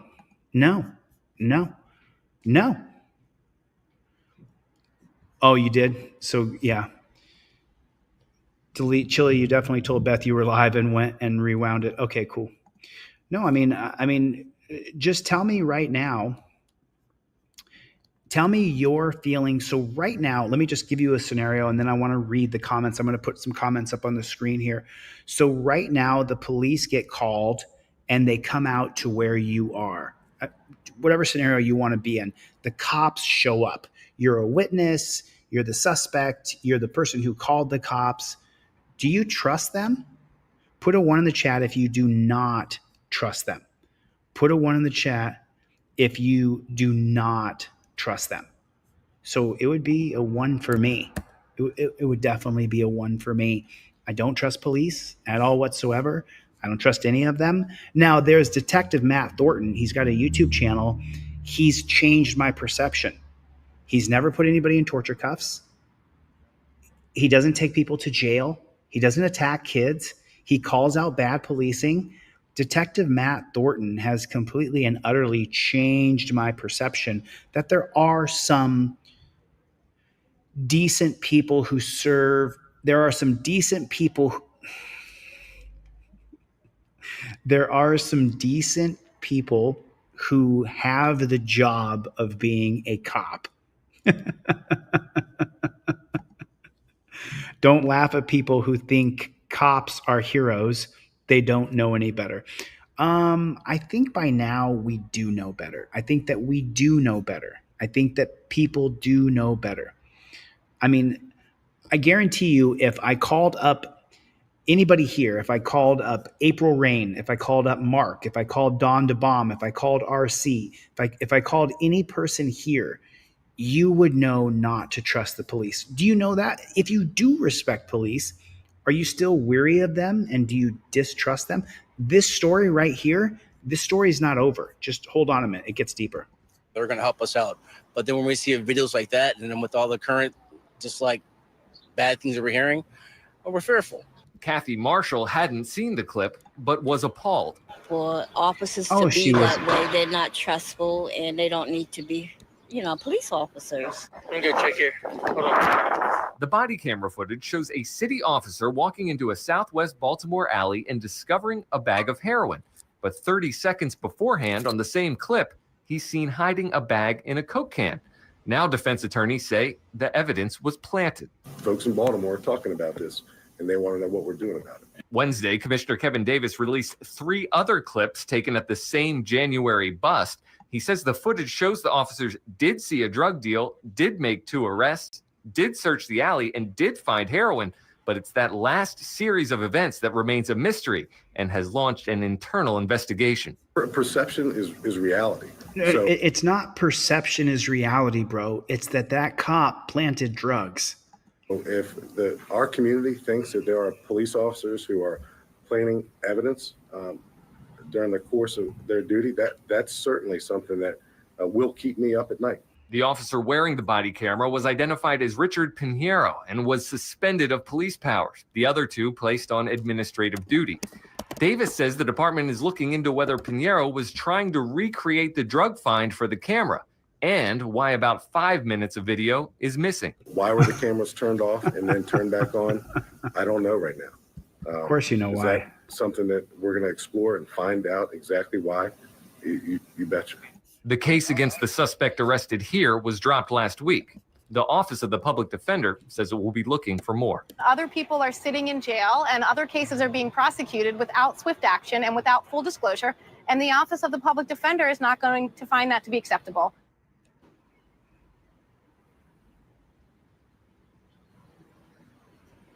And public defenders actually released that original clip after showing it to the state attorney's office. The state attorney's office released a statement tonight calling the video troubling and saying it's trying to identify more cases that those officers may have been involved in. We're live at police. So that's all fine and I don't dandy. think anyone has not heard the name Alexander the Great. So I watch a lot of history stuff, so that's what's going to pop up. So I want to show you guys something. So first of all, I want you to understand that he was convicted. He was convicted of a misdemeanor. Let me grab the Baltimore Sun here real fast. And so here is the news article. You always have to bring receipts. So here's the news article. Caught fabricating evidence. Baltimore cop remains on force 2.5 years later. This is dated March 9th, 2020. This is, oh, I got to go 12foot.io. 12ft.io. Real quick, let me open up this bad chicken. So this is 12foot.io. I don't see if you can see the website name on there, but it's right there. This is the website name, 12foot.io. And then I put the link in there for the article that I want to read. And then it opens it up for me. More than 2.5 years ago, what are you guys seeing? Let me open this bad chicken big. More than 2.5 years ago, defense attorneys released Baltimore police body camera footage showing Richard Pinheiro placing chemicals in a vacant lot and then acting as if he just discovered them. A year later, Pinheiro, literally like the Pinheiro bread, was convicted of fabricating evidence and misconduct in office, a decision upheld last week by the state appellate court. Prosecutors have dropped cases that relied on Pinheiro's police work and say they'd never call him again as a witness. Still, Pinheiro remains on the city police force and keeps getting paid, working a desk job as internal affairs detectives continue their own investigation as to whether or not he broke. So this is 2.5 years later. They're investigating him still. Police officials said the process for handling officers like Pinheiro is out of their control, determined by the state's controversial Law Enforcement Officers Bill of Rights. Law Enforcement Officers Bill of Rights. They say the eventual outcome will be appropriate. Oh, so no matter what they decide, it's right. Calling Pinheiro's continued paycheck a disgrace, police reform advocates and defense attorneys say the department's claims about its hands being tied are misleading, and that the state law it's hiding behind should be dismantled as a legal relic that for too long has allowed cops to avoid responsibility. It perfectly encapsulates everything wrong with Baltimore Police Department, everything that's wrong with policing in Maryland, and everything that's wrong with policing in the United States, said David Roca, senior attorney staff at the ACLU. It's all wrapped up in a nice little bow for everyone to see, staring us in the face, and yet we continue to do nothing to address the problems. Deborah Levy, director of special litigations, which initially released the footage, said the retention of Pinheiro after conviction undermines police efforts to restore trust in the community. Whether this was an independent Baltimore Police Department decision or one imposed on them due to legislation or the collective bargaining agreement with the union, appropriate accountability measures for serious misconduct are urgently needed and should include termination for this level of established police misconduct. The Fraternal Order of Police Lodge 3. You really want to know what needs to happen? You really want to know what needs to change? We don't need Fraternal Order of Police lodges. They should all be dismantled as a standing army. There's something seriously wrong with these dirty jackboot thug pigs who retire from the police force and they join Lodge 3. Look at me, I'm still part of the blue team. Pew, pew, pew, pew. You're pathetic, bro. You're a beta male loser. You didn't amount to squat. You ran around ruining our country. Look, he's got chemicals. Oh, put some chemicals on him. This guy planted chemicals. He's still a copper. The police union that represents rank and file officers in Baltimore has long defended the Officers' Bill of Rights, providing critical protections for cops who work under tough conditions. Pinheiro, who was hired in 2011 and takes home $55,000 a year in 2019, could not be reached for comment. Chaz Ball, his attorney, said they're reviewing all options for moving forward in relation to his criminal case, including possibly appealing again to the state's highest court. Ball otherwise declined to comment. It just goes on and on. So here's the thing. So this is Baltimore Police Department, Baltimore, Maryland, caught fabricating evidence. Baltimore Police.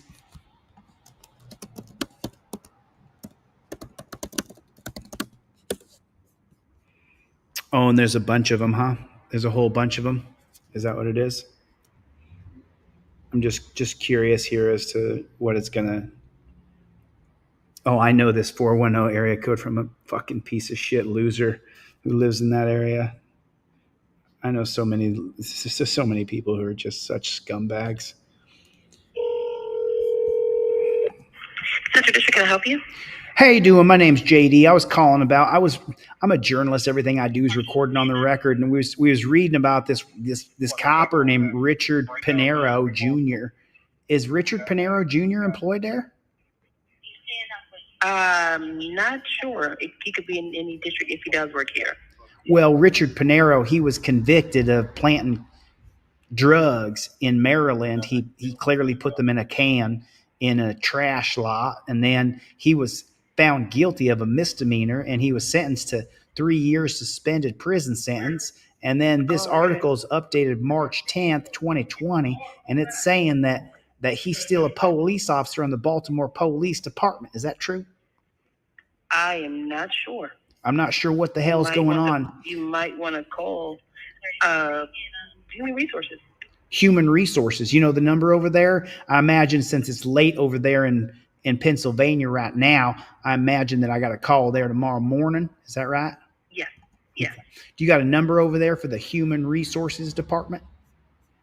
410. I'm sorry, 1 second. Let me just write this down real quick on my other phone here. All right, I got you. 410 396 396 2350. Yep. 5. And they're closed right now? Yes, sir. They believe they work until 5 p.m. I mean, you got a copper there who was caught on camera planting drugs on his own body camera, and he still works for Baltimore Police Department? I would not say he would probably still work here. It could be just late updated information. I'm not 100% sure. Yeah, well, you know, it's already bad enough that so many people just hate them dirty pigs, but there's some of us here still back the blue, and we want to believe in these police officers. But the problem is when you got dirty maggot pigs like this guy on the force who's planting drugs on people, a lot of us good people who back the blue, we take another look and we start to question exactly what we're seeing and how this is going down.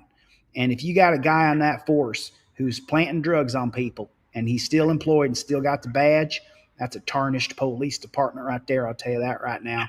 I'll tell you what, I wouldn't believe he would still have it if he's doing those things. Yeah, you wouldn't believe it. You wouldn't believe that they would still have it. But the thing is every single piece of media here, and I was taking a look on web page after web page. Mm-hmm. It's saying that this feller, what's the feller's name again? Richard Pinero Jr., it's saying he's still employed as a Baltimore police officer, that they got him on desk duty, and he's still making $55,000 a year. So I just... Well, no, you did say that was an older article. Yeah, it's 2020. It's 2024 now. So what is the process to make sure that we fire bad police? Because that makes... Well, I'm sure they would take care of those ones who shouldn't be here. But if it was in 2020, it was probably saying that in 2020 he was probably employed until after the investigation. So I'm not sure that it would still be the case now. Ma'am, I hate to be assumption here, but you sound like you're a black woman, and I'm reading this here from BET. This is from the website BET, Black Entertainment. And the 2017 body cam footage was released showing that Richard Pinero Jr., he did indeed plant drugs, and then he was found guilty, and it's 2.5 years later. And they're saying on the BET page that he is still employed at the Baltimore Police Department. Well, I am an African-American woman, but I'm not sure that BET has to be always correct. I'm not sure everything that, these news networks post will be correct. All right, let me try a different one just since I got you here real fast here. I'm just going to put it in the thing here. And then it says here, BPD Watch. Is that right? Is that something that sounds familiar to you? Yes. Yeah, and so then here's a picture of this fella right here.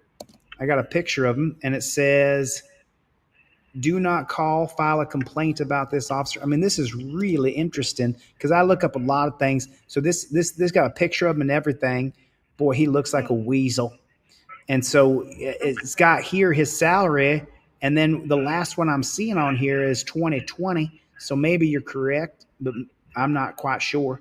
So, but he made $76,000 in 2020, and he planted the drugs in 2017. He made $68,000 in 2018, $75,000 in 2019, $76,000 in 2020. So if we do the math on that, that's $150. That's $220,000 that this dirty cop made off the backs of the good people. And now there's no more pay after that. So maybe they got rid of him after that. I'm not sure. Let me. Yeah, it could be, because if there's nothing after that, then it was probably let go. You think he got terminated? Do they fire those Baltimore police if they're bad? They take care of what needs to be taken care of. You think that's a universal thing, or do you think that that's just in this particular case? No, I'm not sure they would let people here who should not honor the badge work here. I mean, Baltimore Police Department doesn't have that good of a reputation, though, right?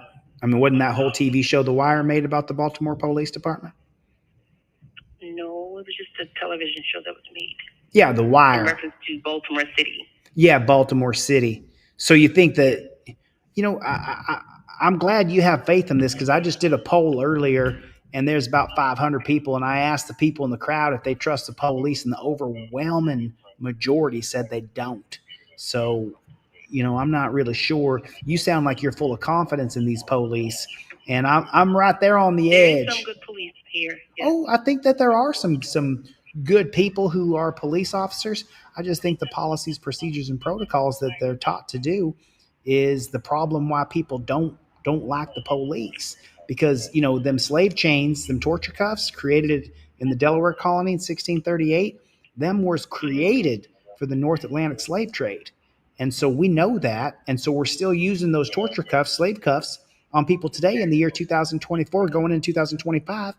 And it's a multi-billion-dollar industry. It ran mostly out of Smith & Wesson. But there's other companies who also make millions of dollars a year selling these torture cuffs that were literally made for slavery. You could look that up. And they were created. Okay. They were created by the Delaware colony, which was mostly Swedish and Dutch. Matter of fact, we barely even got Delaware. Delaware is the first state, but we barely got it because they didn't want to sell it. But then we ended up telling them, "You're going to sell it, we're going to kill you." And that was, way back in 17th century. So they moved the flock out of there real quick, and we told them, "You leave." And all those log cabins that you see in America, remember the log cabin, the picturesque log cabin? Yes. Those were created by the Swedes, not by American settlers. So yeah, the torture cuffs were created for slavery, and as long as you have someone who's willing to put torture cuffs on another person, it's hard for me to look at that person and say that they're a good person. I mean, why don't they question that? Why can't we use rubber? Why can't we use the camera and see if they'll willingly comply? Why can't we try it a different way? So that's what I'm saying, and I just spread the word about the torture cuffs, especially to black people. I want black people to know that the same torture cuffs they're using today were created for slavery. I just want you to know. I want you to do your research on that. Okay. Yes. Thank you. Okay. Well, listen, you have a great night tonight. Thanks for your time. You too. All right. Bye-bye. Bye-bye. He still works there. Put a 1 in the chat if you think that pig still works there. Do you think that pig still works there? Do you think that pig still works there? Do you think that dirty jackboot thug pig, do you think he still works there? Do you think he still works there? Do you think they just took him off this list of salary? Do you think they put him in a new position so he's not called a law enforcement officer? Do you think they put him in another position so he's still getting paid? He's called an administrator now, or a desk jockey, or whatever they're going to call him. But I guarantee you they're hiding that pig. Guarantee it. Guarantee it. I guarantee it. All right. To the next person who buys a trifold from my website, I am going to give you 5 sets of cop cards. I'm going to give you 5 sets of cop cards, 5 blue and 5 yellow. Whoever goes to deletelaws.com right now, whoever, sorry about that. Forgive me. Give me 1 second here. Whoever goes to my website right now, right this minute, and if you buy a trifold from my website, deletelaws.com, right there, deletelaws.com, whoever buys a trifold, I'm still talking like JD, sorry about that.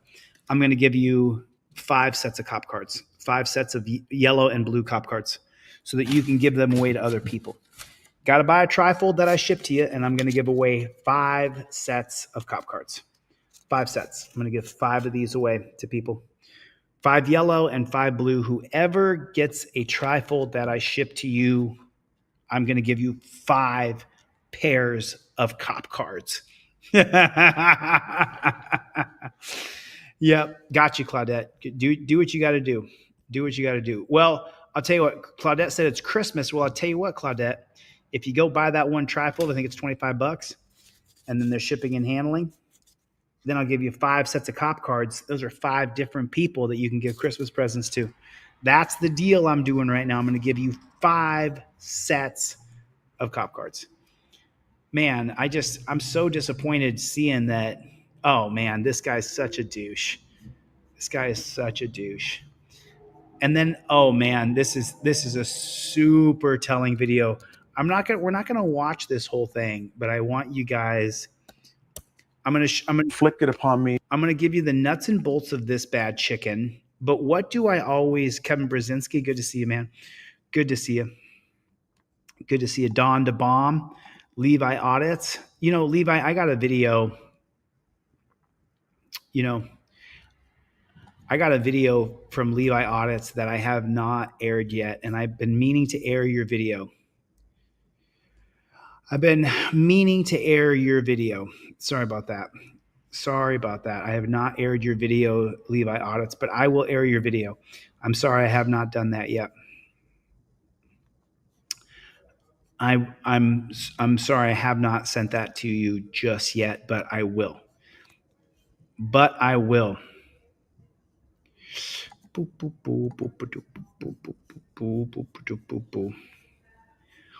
the matter, you? What is going on? What's the matter, you? What is going on? Yeah, she was a badge bunny for sure. She was definitely a badge bunny. She truly has like this deeper belief in these cops. Okay, so I'm going to give you a little bit of a synopsis of this video. You can see the title of it here. Hate within the ranks of the Fontana Police Department.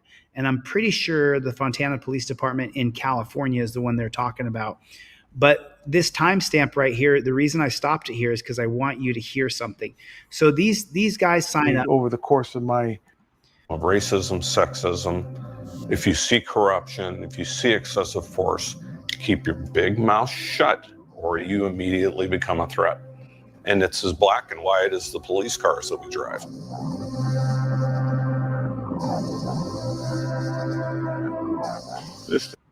This Fontana Police Department where I worked for 17 years, devoted 17 long years of my life, but yet I was walked out like a common criminal.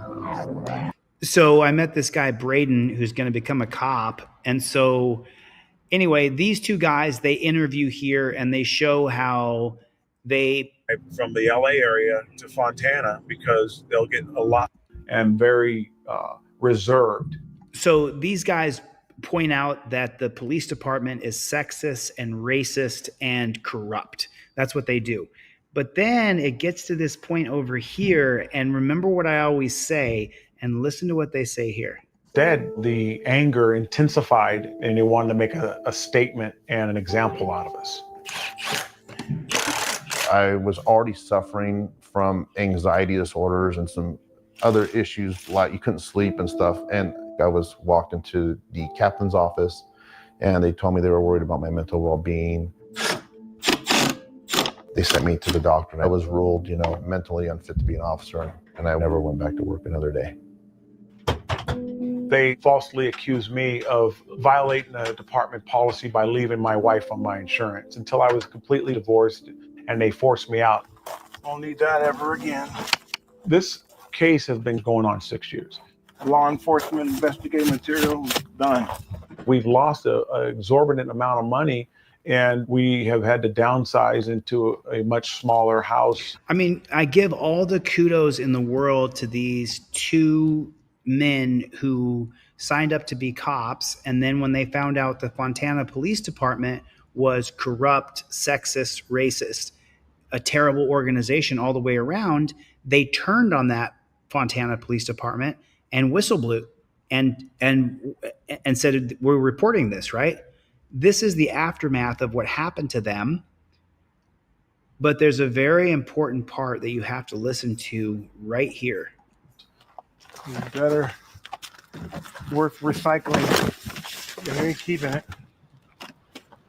He's throwing away the case files here. This is towards the end of the video, but listen to what this cop says. The process of this lawsuit has been excruciatingly tiring, and it's caused a tremendous amount of stress on my family. Head to the school. He's a big boy. Love you. Yeah. You tired? The duality of man. You know that this guy, he signed up to be a cop, so that tells you a lot about his character. Papa's tired too. I can never ever get this case to end. I have to constantly think about it, and I have to constantly revisit the pain that was inflicted upon me over the course of my career there.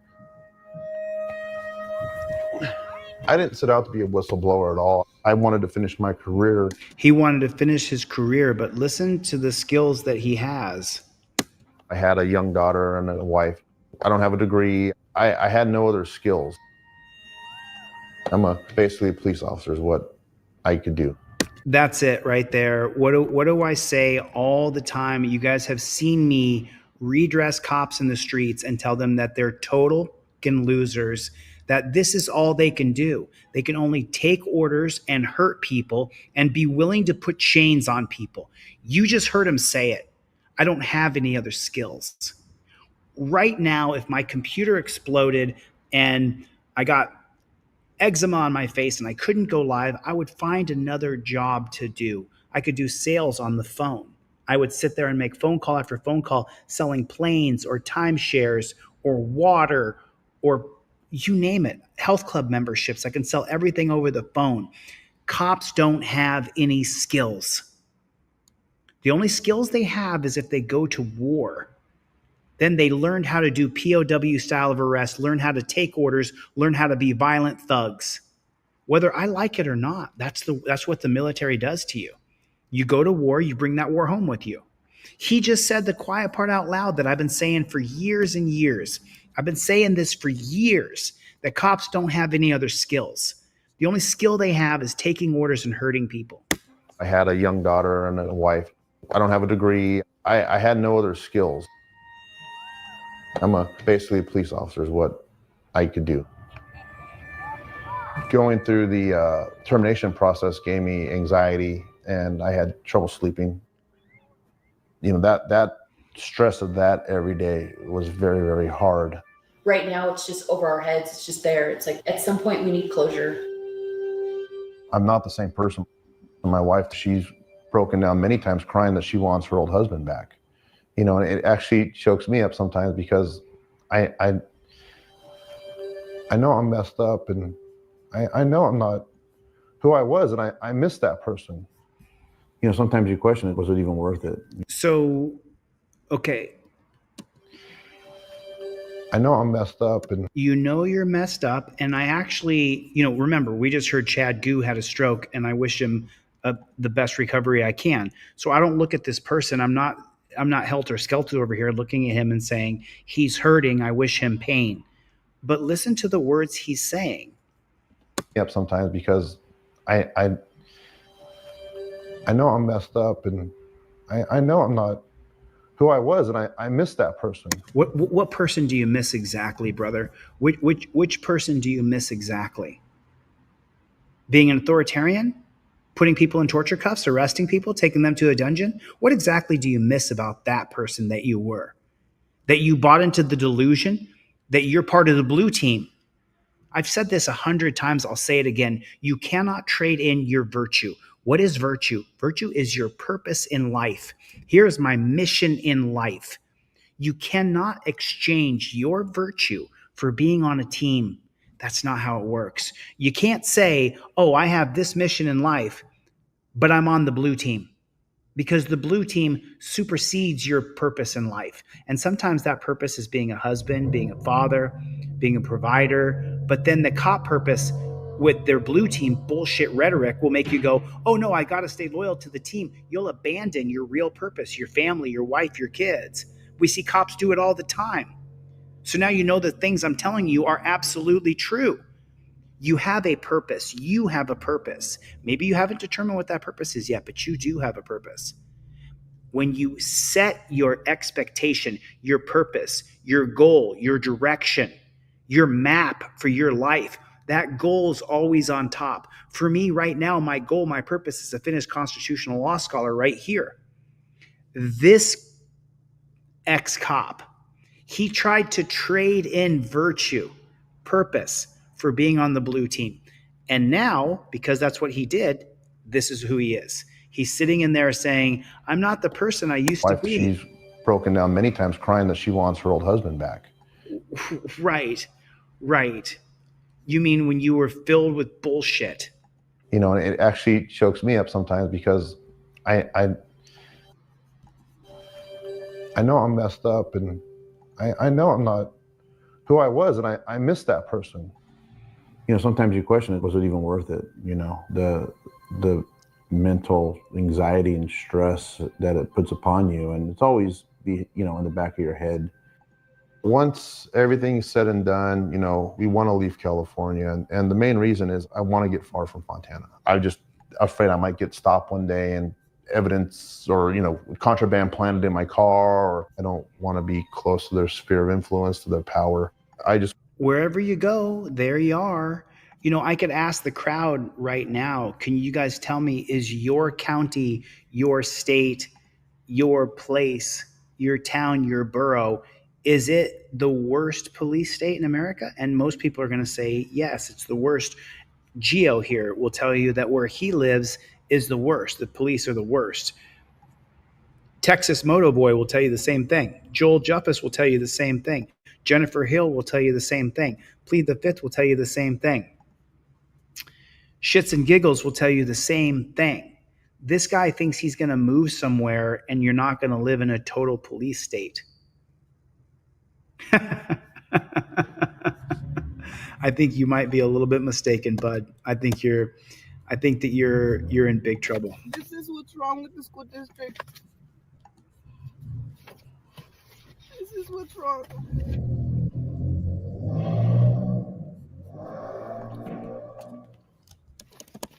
Somebody threatened to kill my daughter, to follow her home,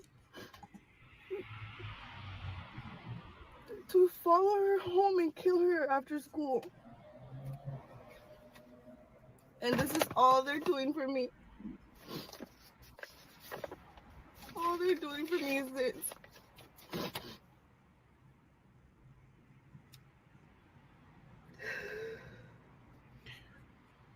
Christopher C. And the officer said, I don't think that kid would hurt anyone. I don't think that kid would kill anyone. How do you know, sir? How do you know? How do you know that this kid's not going to do that? That's what's wrong. Because if they would take these threats more serious, maybe all these school shootings wouldn't be going on. He said, well, you got to take that up with Congress. I got to take it up with Congress to be heard. Because all they're doing is a safety plan to change their classes. There's no punishment.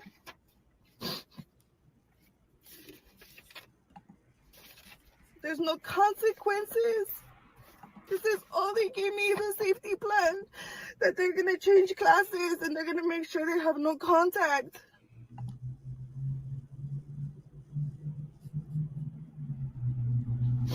This is what's wrong with our school system. And I don't want to punish my daughter by taking her out of her school where her friends are at, where her favorite teachers are at, because another kid is doing this to her. It's not fair. So she's saying that her daughter is getting death threats and such like that. So if you take a look at the 2005 case of Gonzalez versus Castle Rock, Christy, best ever, I'm gonna talk about that in 1 second. So if you take a look at the 2005 case of Gonzalez versus Castle Rock, remember what that young mother was complaining about.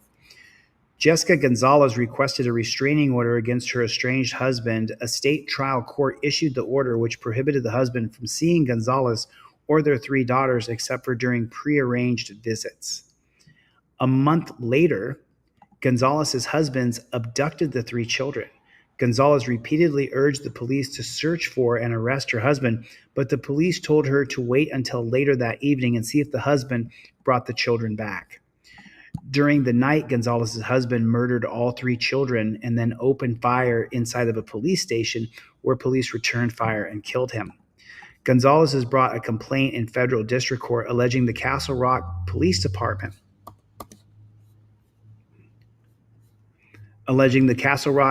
Department had violated her rights under due process of the Constitution by willingly, neglectfully refusing to enforce her restraining order. The Due Process Clause states, "No state shall deprive any person of life, liberty, property without due process." 14th Amendment. The district court dismissed the complaint, ruling that no principle of substantive or procedural due process allowed Gonzalez to sue a local government for its failure to enforce a restraining order. On appeal, however, a panel of the Court of Appeals for the 10th Circuit found Gonzalez had a legitimate procedural due process claim. A rehearing by the full appeals court agreed. So first it was a small percentage, then it was an en banc court panel ruling that Gonzalez had protected property interest in the enforcement of the terms of her restraining order, which the police had violated. So she loses in district court. The Court of Appeals then takes up the case and says, no, we're going to overturn it and find in her favor. Then it's applied for certiorari to the Supreme Court, and the constitutional question is, can the holder of a restraining order bring a procedural due process claim against local government for its failure to actively enforce the order and to protect the holder from violence? The Liberals voted that no.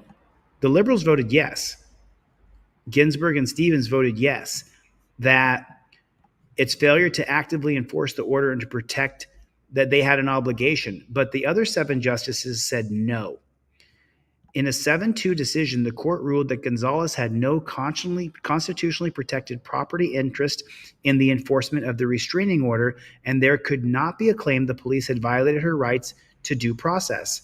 In order to have a property interest in a benefit as abstract as enforcement of a restraining order, the court ruled, Gonzalez would have needed a legitimate claim of entitlement to the benefit. The opinion by Justice Antonin Scalia found that the state law did not entitle the holder of the restraining order to any specific mandatory action by the police. Instead, restraining orders only provide grounds for arresting the subject of the order.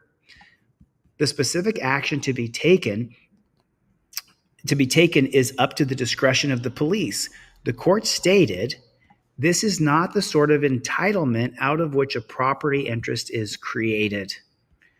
The court concluded that since Colorado has not created such entitlement, Gonzalez had no property interest and the due process clause was therefore inapplicable. Justice Paul Stevens, joined by RBG, dissented. So what does that mean for you and for me? That case right there says that the police have no legal obligation to protect you. So every time you hear a cop say, hey, I don't want you to do that for your safety, you tell him, Gonzalez versus Castle Rock, 2005, I have no entitlement to say that you have to protect me. You have no obligation to protect me. So there's that. So now you know. So next time you hear a cop says, oh, I need to worry about that for your safety, you can say the 2005 case of Gonzalez versus Castle Rock clearly establishes that you have no obligation to protect me at all. I have no entitlement to your protection, and you have no obligation to protect me, so I don't want anything to do with you. And that's what you can say. So this is Christy the Best Ever. If you don't know, this is the widow of James Sheets, a man who was hunted down by the police in Youngstown, Ohio, and murdered.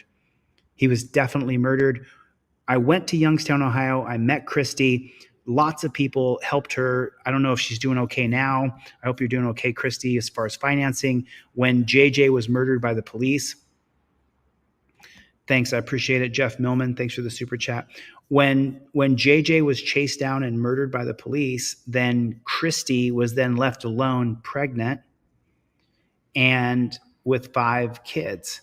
So I can't find your comment again, Christy. I'm looking for it. Thanks, Jeff, for the super chat. I appreciate it. I'm trying to find Christy the Best Ever. I'm trying to find her comment here to repost it. There it is. There she is. I see you. So if you guys don't know the James Sheets story, I implore you to go onto this channel, Delete Laws, put James Sheets into the search for videos, and watch those videos. Watch that James Sheets was murdered. He was set up. He was murdered by those dirty jackboot thug pigs. It is horrible with those cops. And then the Ohio Super Cops, BCI, I called that Ohio BCI cop that Christy gave me his number. I called that cop. I know you do, Christy. I love you too, honey. I know. We were really at a time at that particular time where we really needed people to come in and help Christy. She was getting railroaded by the cops constantly, and then a few people who were big donors came in and really helped out that first year. And is the daughter's name is Juniper? I think you named her Juniper, didn't you? Didn't you name that last baby Juniper? I'm pretty sure. I can't remember there's 2 names. It was Juniper and another, but I think you named her Juniper. Yeah. Rights On saw it. Tommy Shinneman murdered James Sheets. They said he pulled up a gun, but when you freeze frame the video, both of his hands are locked on the steering wheel. He wasn't pointing a gun at anybody. They straight up murdered James Sheets. And if you guys have not seen the videos, it is absolutely, it is crushing to watch. It is crushing to watch. Oh, I'm sorry. I'm not sure what that means exactly. I'm trying to figure out what some of these chats mean. There's 500 people here, so it's hard for me to keep up with what everybody is saying in the chat. But yeah, I mean, Christy has led the life. So she has absolutely faced the worst of the police state, prison state, death state. So if you guys, now this is on Ask Law Enforcement, and I want to talk about this just for a minute or two. This says, I remain silent, no searches or seizures. I want my lawyer. Put any tickets under the windshield wiper. I'm not required to sign. I'm not required to hand you my license. I'm not opening my window. I will comply with clearly stated lawful orders. So someone did this, and this is on Ask Law Enforcement, and they said, what do you do if you see this after pulling someone over? And they lock the post. So again, this photo makes around every couple of months. Bring all the clowns and trolls, they get banned, and we clean up the sub a little as a result. This was done during a DUI checkpoint. So in the rare event, barring something extraordinarily, you send them on their way. Do you see that right there? And that this is from a cop right here. This is done at a DUI checkpoint. In the rare event, barring something extraordinarily, you send them on their way.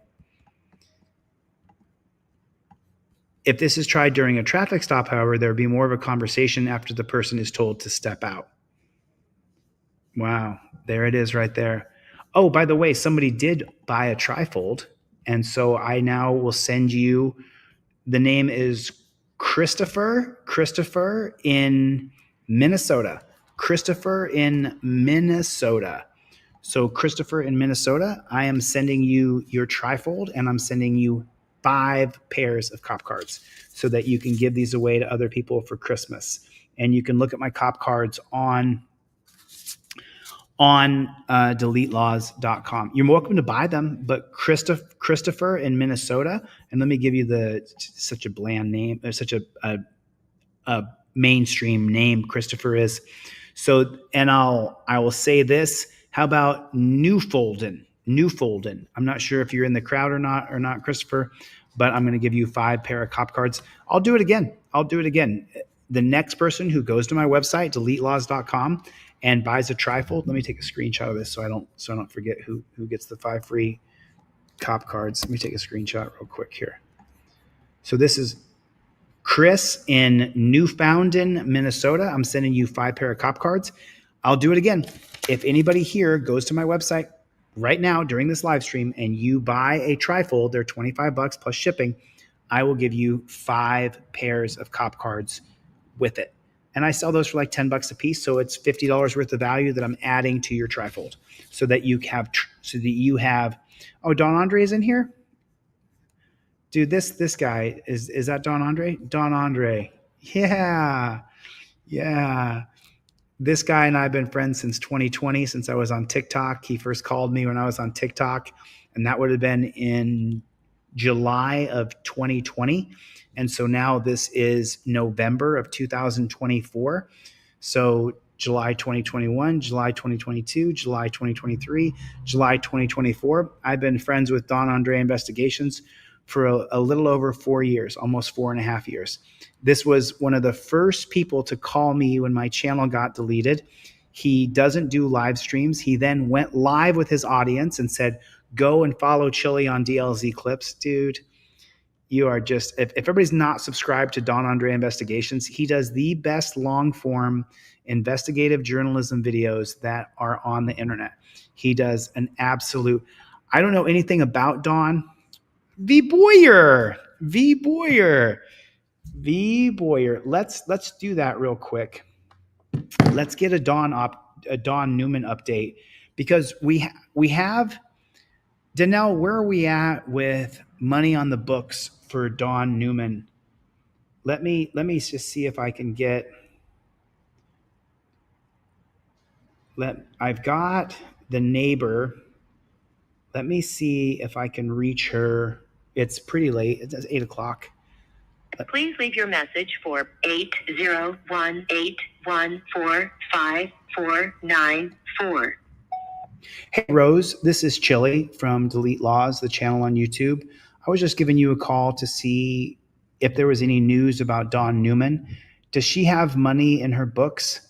Does she have a hearing? Is there anything that we can do to help her more than, it's V Boyer. What's going on, V Boyer? V Boyer, talk about. Rose, will you do me a favor? Will you give me a call back? My number showed up on your caller ID. Thanks. I'll talk to you soon. Bye.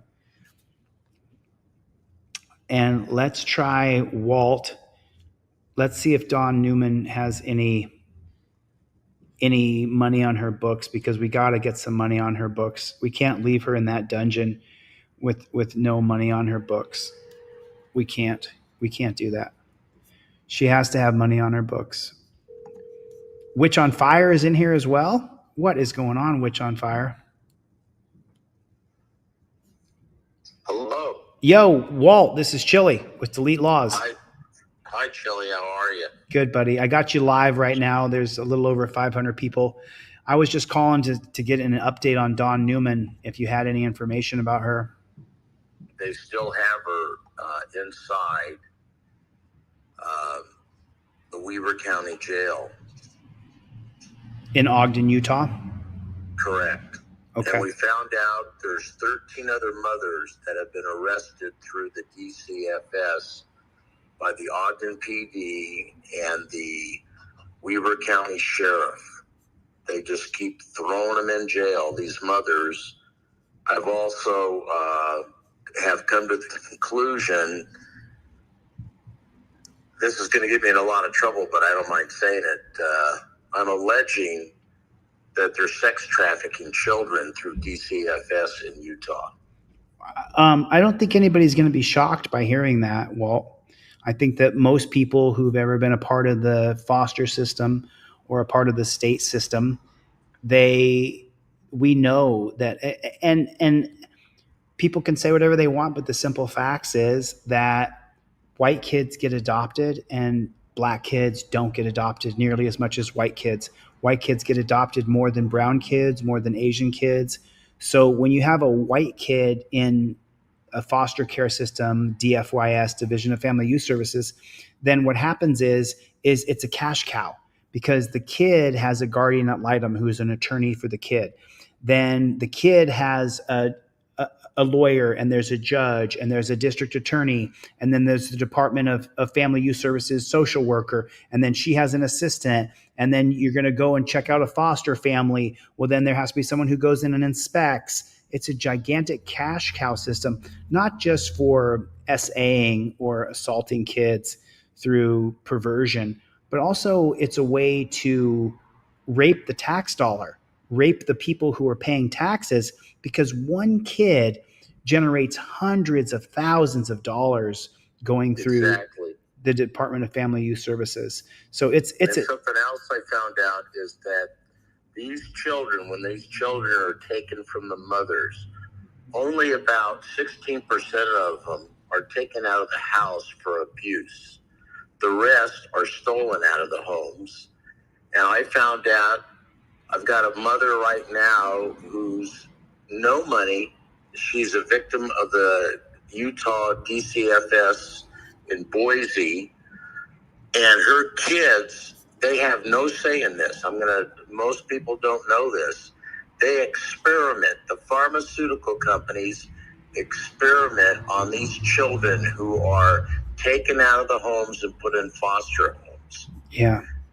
And they damage these kids. I mean, the more I look into this, there was an FBI agent in Los Angeles who ended up dead when he started putting his nose and finding out what was going on. Him and his wife both ended up dead. Right. This is a terrible thing, Chili. I mean, my heart cries for these kids. Every day that goes by, we have more and more of these kids put into these homes. It's a revolving door. It's all about money. The police get a certain cut. I haven't been able to define how much it is. Someone said $20,000 from every child that they take out of a home. Their incentive from the police department is to take these kids out of the home. So you're right. It's a money-making thing. And I've been told, even, I hate saying this, but even in my church, there are people who are allowing this to happen right under the noses. Well, it's not just your church. I know that you go to the Mormon church. It's not just the Mormon church. The Catholic Church has got some problems too with priests and stuff. Yeah. Maybe you've heard of it. Yeah, I did. But I'm going to tell you how corrupt Utah is. We just had an election, and Governor Cox was the winner of the election, right? Well, there was a guy named Phil Lyman. He right now has before the Supreme Court of the United States a petition of grievance, which is against Cox, because they had a guy named Brian McKenzie alleged that he counted 30,000 votes to get on the ballot. Cox only had 28. I know someone who was a delegate, and they did not want Cox on as their RNC for Utah for governor. And now this is being heard at the Supreme Court. It's hardly, I haven't seen anything said about this in Utah. If you have any ideas about coming to Utah, don't. Okay. So let me ask you this then. What about Dawn Newman's books? Does she have any money on her books right now? I tried to get into the jail ATM system, and it wouldn't allow me to put any money in her account. I don't know what's going on. I talked to Roseanne, which I think you know who she is. I do. She was able to get $50 on your books, and I have something, but I'd rather have you call me back and not have me on the air. Yeah, not while we're live. Well, I'm going to do because we got some Henry. I want to tell you something.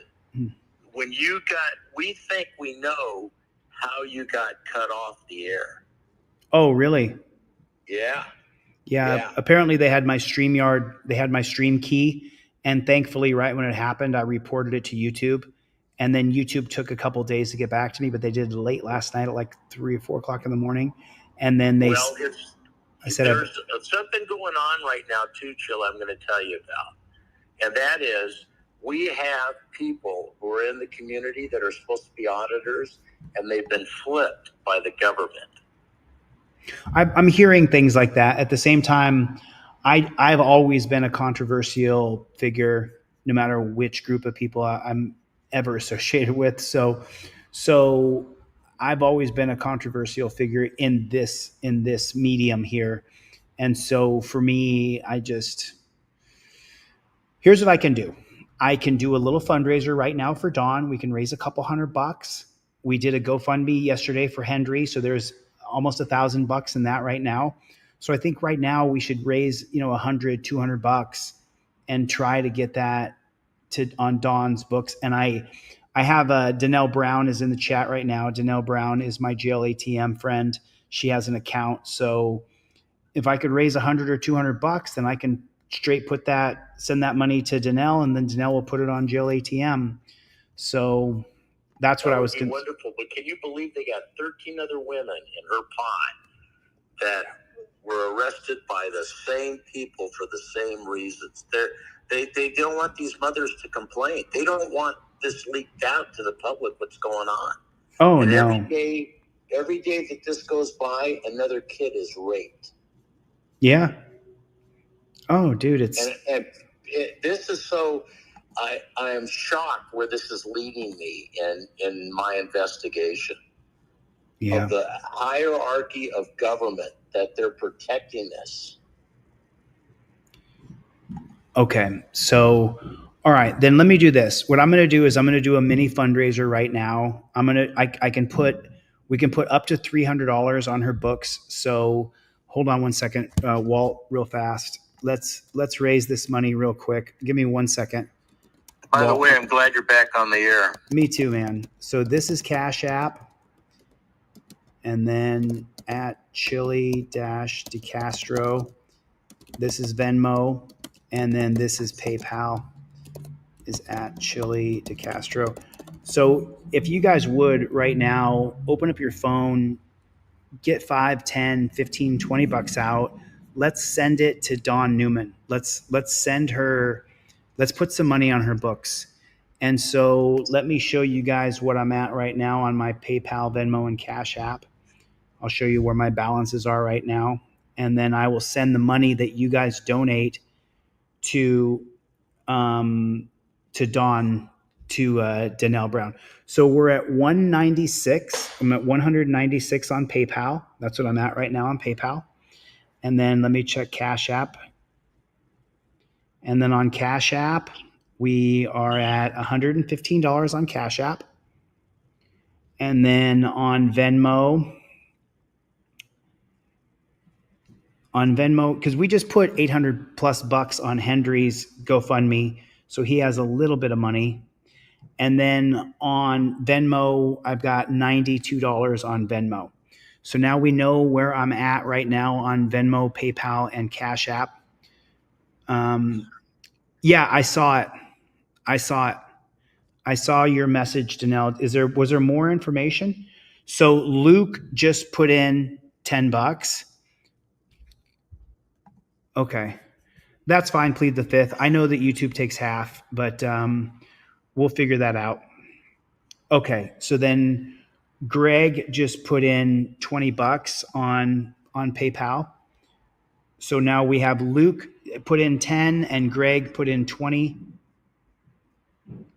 Okay, so there's Greg's money right there. There's 30. I only want to raise a couple $100. Let's raise a couple $100 right now. There's a woman, if you don't know her story, Walt is on the phone, Utah Defender. He can tell you the story. Let's raise a couple $100 and put it on her books, and we'll put 60, 80, $90 a week for the next 2 or 3 weeks. Let's put some money on her books. So if you guys could right now, I think Greg Bolin put up, there it is right there. Make sure you put donation for Dawn Newman. So do you know where she was last time you talked to her, Walt? Where was she at? Does she have commissary at her bunk? Is she able to buy candy bars and chips and stuff? Oh yeah. I just sent you $50 too. I didn't put Don Newman's name on it. Oh, you just sent 50 as well? Okay, so let me check where we are. Okay, so that's Walt, that's Utah Defender. Okay, cool. So Christy, best ever. So Christy Roan, who has 6 kids, just sent me a donation for Don Newman. I'm not busting her out or anything, but she's not a... Go ahead. Can you believe, though, Chili, they got 13 mothers arrested for the same thing in that jail? I can totally believe it. Let me announce some names here. Brandy Swaney just sent in money. Christy Roan, Walt English, Sandy just sent in money for Don Newman. Luke did. So we have right here 10, 15, 65, and that's 95. We have 105 right now in Cash App. And then let me check PayPal real quick. And then we still have more money coming in. Wyatt Elder just put in some money. And then William Lucas just put in some money, and Greg Bolin. So there's 20, 23, and 10. So there's another, let's call it 50 because I'll put in some money too. It's close to 50. It's 40. No, it is 50. It's $52.40 or something like that. So we did that right now. So we have 100 on over there. And then we have another 50 here. So we have 150. Let me check Venmo. So nothing on Venmo yet. So we've raised 150. Wyatt, you're good, man. Dude, Wyatt, thanks, man. I appreciate it. Listen, all this money is just getting paid forward. Plead the Fifth just threw in another 10 for Don Newman. Brandy just threw in some money. Thank you so much.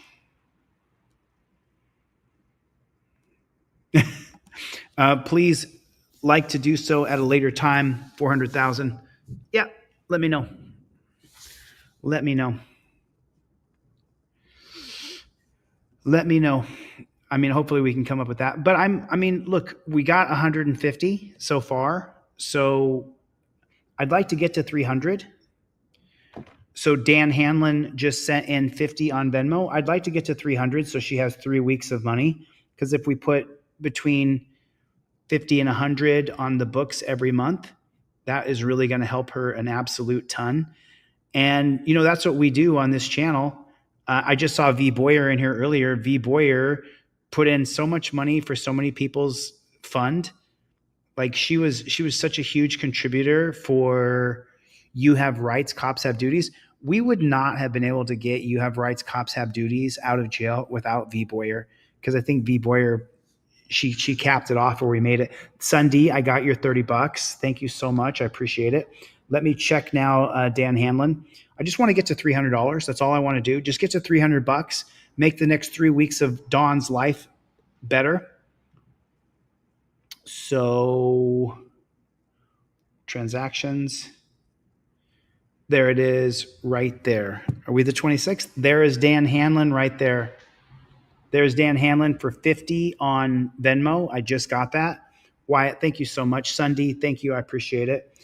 I've been thinking about her all day, to be honest, because I did a fundraiser day before yesterday for Hendry, and I put 100 into that, and then my channel got shut down, and then I was just panicked because, we get a check on the 20th, and I had no check coming right before Christmas, and I was like, oh man, it's going to be a horrible Christmas for my family, but it worked out. So now I want to read these transactions here because we have a little bit more money that came in. Right here from Radslaw. Radslaw just put in 30. Rights On just put in 50. Matthew just threw in 5. Matthew threw in 15 more. Matthew just threw in 20. So now we're at 80, 100, 110, 155, 185. We're at 200 approximately on Cash App. And then on PayPal, I think that we are at, I just want to raise $300 just to put on her books so that we have money for her. Rising Tides put in Let's OTVO just put in Rising Tides. Got you, man. Got you. Okay, cool. So that's what we got. Rising Tides just put in another 20. Let's put in another 20. Wyatt. So now the totals we're at 269. So can someone just write down these numbers and put them in a comment for me real fast, just so I can get the total out of my brain here. So we got $20, $20, $10, $20, $20. So that is on PayPal. And now on Cash App, we have 50 from Dan Hanlon on Venmo. And then April Bass, who's in the comment section here. So we got 40, 30, 50. Melissa, Witch on Fire just came in for $25. So now we're at 25, 40. Did I fuck you guys up just now by giving you too many numbers in a row? I got you, Witch on Fire. I got you. So I'll just do it myself. 25, and then someone can add all these numbers up. And this is April Bass. And here's Radoslaw Polanski. Thanks, Rado. There's your money right there. And then Writes On just came in. Got you right there, Writes On. Matthew came in twice. Matthew G. Brandy just threw in.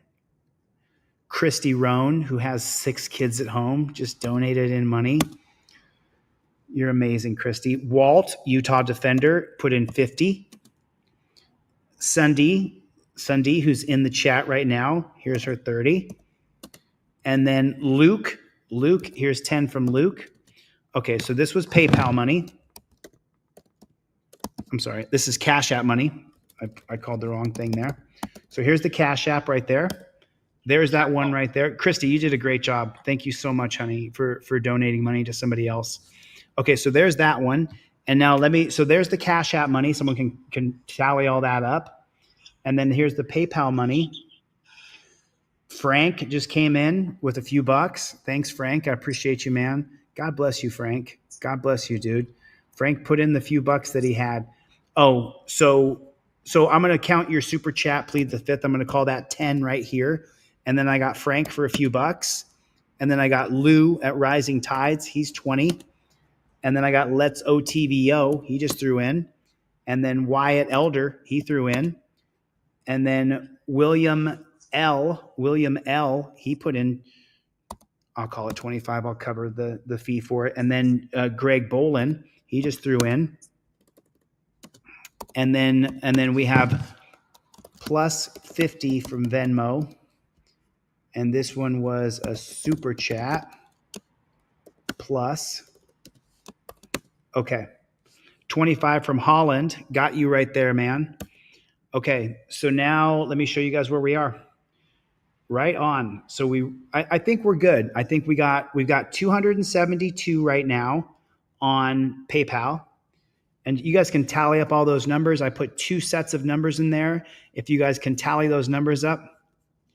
Oh yeah, listen, every one of you guys who are participating in the chat, sharing the videos, putting your hopes and prayers out for Dawn Newman, we're going to send her this money. So can someone give me the totals on those? So I got 10, I got 50, 70, let's call it 100, 110, 130, 140, 150, 160, 163 on one of those lines. And then over here, so 163 on the PayPal line plus the Cash App and the Venmo.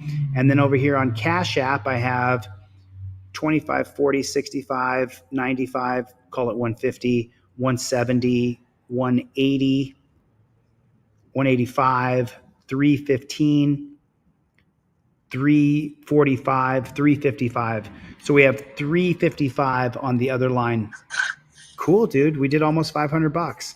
Super, super grateful. Claudette just threw in another 5 for Dawn.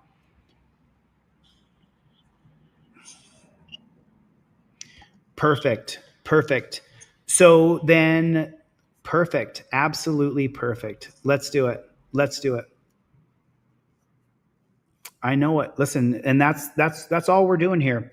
That's all we're doing. So you guys can stop sending money now. I'm going to send a portion of this money over to Danelle Brown right now. Danelle, I'm going to send you 100 at a time. I think, oh, and then LeGrand just donated again, a gift for Dawn. And then there was Frank E.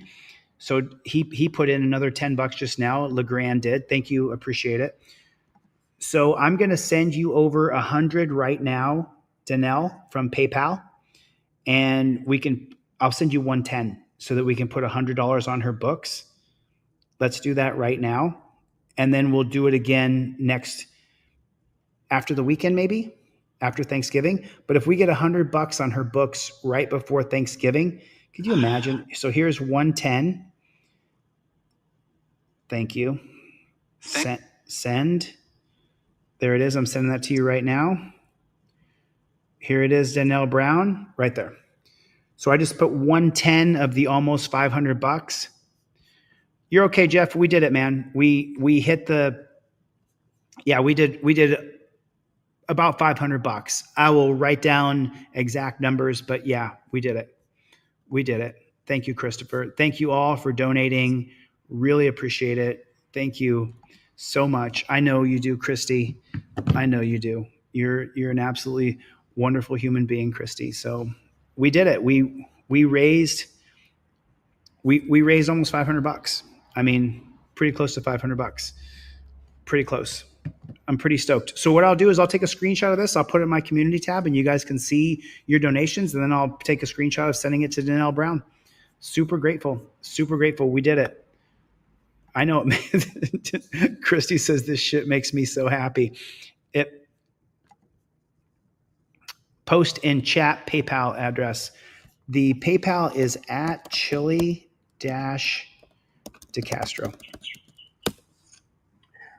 Chili, can I say something to you? Go ahead, Walt. I have this lady. I'm just going to say what her first name is. It's Teresa. Okay. She has 3 of her kids that were in the Utah DCFS. I'd like to be able to give you her phone number and vice versa so you can talk to her. Right now, I sent her $300. They're living in an office building. They were in a cheap motel up by Boise. Yeah. And if you could get her to tell her story, I'm going to do an interview with her tomorrow with Utah Cop Watch. It's devastating. I mean, she has nothing. They ruined her life. They took her whole home away from her in Bullhead, Arizona. Yeah. That's what the Arizona DCFS, these people work in concert and screw. There is thousands of women going through this right now. Oh, dude, it's all over the country. It's all over the country. It's ubiquitous. It's every place. And it's so sad that this, and we have people in high places that are pedophiles and they're protecting this stuff. And it's so terrible. I know. Well, listen, I've been doing this for a long time, man. I talk to people, I talk to more people on the phone every day who tell me their stories than you could even imagine. Every day I hear a story of how people are getting railroaded by these cops. Danelle Brown, plead the fifth. I mean, let me just read these names again. For so many, like this is the difference maker. Lucida just threw in. Lucida just donated just now. I haven't read her name before. She just sent me $10. Danelle Brown, Mark LeGrand, Frank E, Rising Tides, Let's OTVO donated money like an absolute G. Didn't have to do that. Wyatt Elder donated money. William L, Greg Bolin. Chevy, what's up, Chevy? Chevy the Playboy. Where you at, Chevy? Where you at, Chevy? That was actually a previous donation, but Chevy's just one of those people you want to say his name out loud because he's just one of the most giving wonder. So Colin D, What's the matter you is here.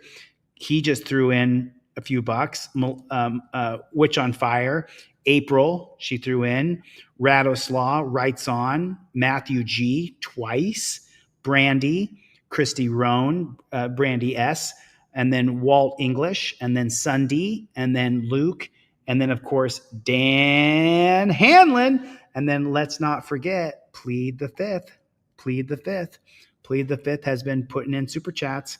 This is absolutely amazing. So I would say we're a little over $500, and every single dime of this money right here, of this $500 or whatever it is going to go through my hands, and then I'm going to send it to Danelle Brown, and she's going to put it on Jail ATM. So I kind of like it that I don't have a Jail ATM account, because now I have another person who's going to hit me up next week and say, hey, let's put another 100 on her books. And then someone will say, then we have receipts for that, and we send them back and forth. So absolutely awesome. Absolutely awesome. Absolutely awesome. Well, I mean, obviously I was hacked. I mean, obviously you didn't check the community tab. You should have checked the community tab is what you should have done. That's what you should have done. We have a mutual friend that knows who, he's pretty sure who tapped him. That's what we're going to investigate. Oh, really? Yeah. Really? Yeah. I've heard from 2 or 3 different people who put the gay porn on my channel. I got you. What's the matter, you? I got you. I got your donation. Yes, I got it. Thank you. What's the matter, you? I appreciate you, man. God bless you, dude. If you call me later, Chili, I'm going to get off the phone. But if you call me later, I'll tell you who to call. Okay. I'll call you back, Walt. Thanks for your time. Okay. Bye. Bye, buddy. Bye, everybody. Bye. Bye. Say everybody. So Utah Defender. Bye, buddy. Okay. So yeah, Mark, listen, I mean, listen, I'm pretty tapped too. I'm pretty tapped too. Thanks, Mark. So Mark donated both to Don Newman and to Craig Henry. You sent 125 to Craig. Let's check his GoFundMe and read off some names there, just so that we can say thank you to some people who GoFundMe Craig Henry. Does anybody have that? GoFundMe Craig Henry Erica, I think was right here. So this is the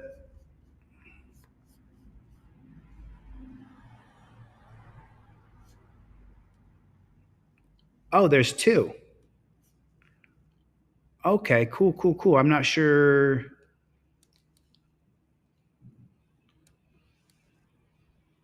Is this the same one? Is this the same fundraiser? Let me see if this is the same fundraiser. Is there more than one fundraiser, or is that the one? So I think that we are a little over $3,000.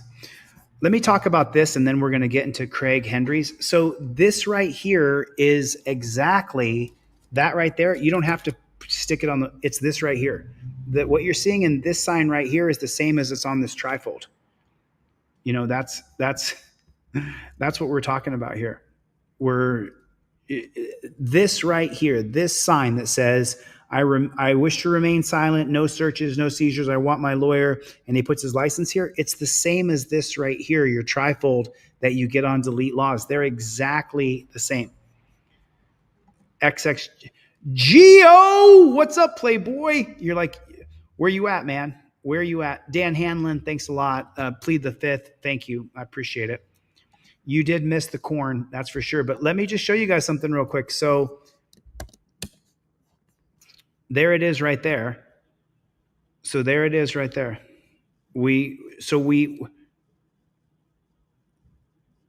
This is not the same fundraiser.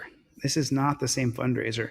I don't know where that fundraiser is, but we have GoFundMe Craig Henry.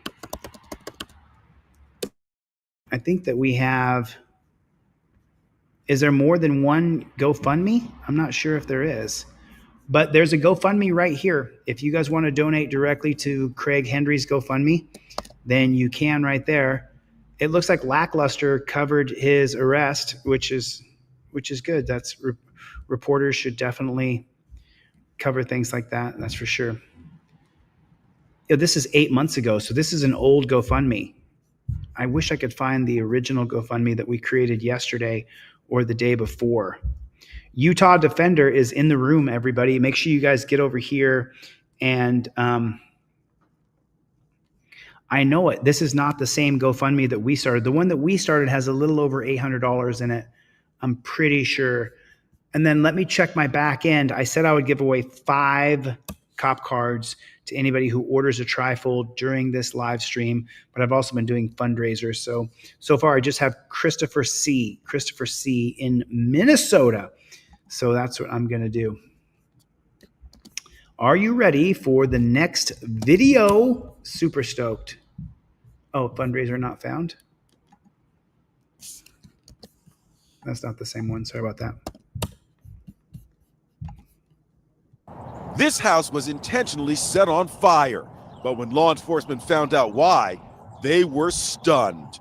It is the most reprehensible set of facts I have ever encountered in my career involving police officers. 26-year-old Tyler Williams has just pled guilty to arson, and authorities say he committed the act for revenge because he was issued traffic tickets by a state trooper. These are the tickets he got for tailgating, failing to use a designated lane, and broken brake lights. He was described as being extremely argumentative, and then his anger grew and grew. He started Googling and searching the trooper's address and information about the trooper to try to get identifying information that was publicly available. He then found an address that he believed was the trooper's address and responded to that location. At 4 a.m., the morning after he was pulled over and ticketed, the suspect came to this house with a gasoline can in hand. He doused the property and set it ablaze. Inside were 3 people, the trooper's father and 2 siblings. Thankfully, they all got out alive. The house was destroyed, but has since been rebuilt. Your men and women are out there on the front lines, and they can't be safe from anyone who can Google them. It should terrify every police officer that puts on this uniform. Oh, they're all afraid. Don't make a mistake about that. They're all terrified. This guy, maybe he would have paid $200 for these tickets. Now he's facing 20 years. But there's a part of this that we kind of skipped over, and I'm sorry, I was preoccupied with fundraisers and stuff like that. But listen to this. They were stunned. It is the most reprehensible set of facts I have ever.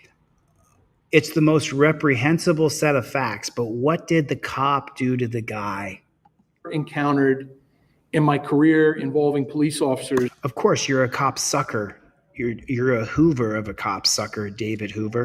26-year-old Tyler Williams has just pled guilty to arson, and authorities say he committed the act for revenge because he was issued traffic tickets by a state trooper. Well, we don't know if he did the arson because he was issued traffic tickets. There's an old saying, people may not remember what you do, but they remember how you made them feel. And we don't know how the cop made this guy feel. I'm not endorsing burning down cops' houses. I'm not endorsing violence at all whatsoever. What did the cop do or say to this guy to trigger him? I mean, I hate to give the benefit of the doubt to the copper, but the guy was unhinged. If you're going to someone's house and putting gasoline on their house and trying to burn it down, you're nuts. You're absolutely nuts. If you go to someone's house, it's to have a conversation, talk and knock on the door and say, hey, man, I want to work this out with you. You don't go to someone's house to burn it down. Is this why I got an email from YouTube telling me my membership was suspended? Yes, Matt. Please rejoin, man. I really could use your support because the 2 days of being off. Yeah. Thanks, Dan Hanlon. And you know, Dan Hanlon, you guys hear me say Dan Hanlon's name a lot on fundraisers and stuff. This is a blue collar guy, works hard.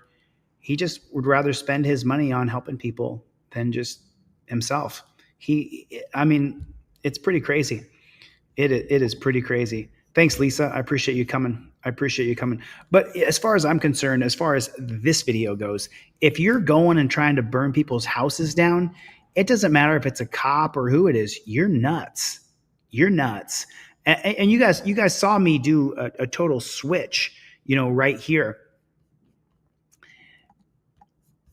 as much as I don't like cops, as much as I dislike them and I don't respect them and I don't like cops, I still don't even wish Chad Gu, who did everything he could to mock me and make fun of me and try to belittle me, made fun of my high blood pressure. And now it's, what's the cause? What is the result of high blood pressure is a stroke. And I don't feel anything but bad for Chad. I hope he's okay.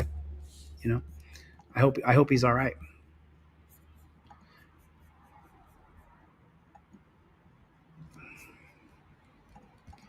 This is the video right here. This is the one I wanted to show you guys. I have all these tabs open and I didn't get to present.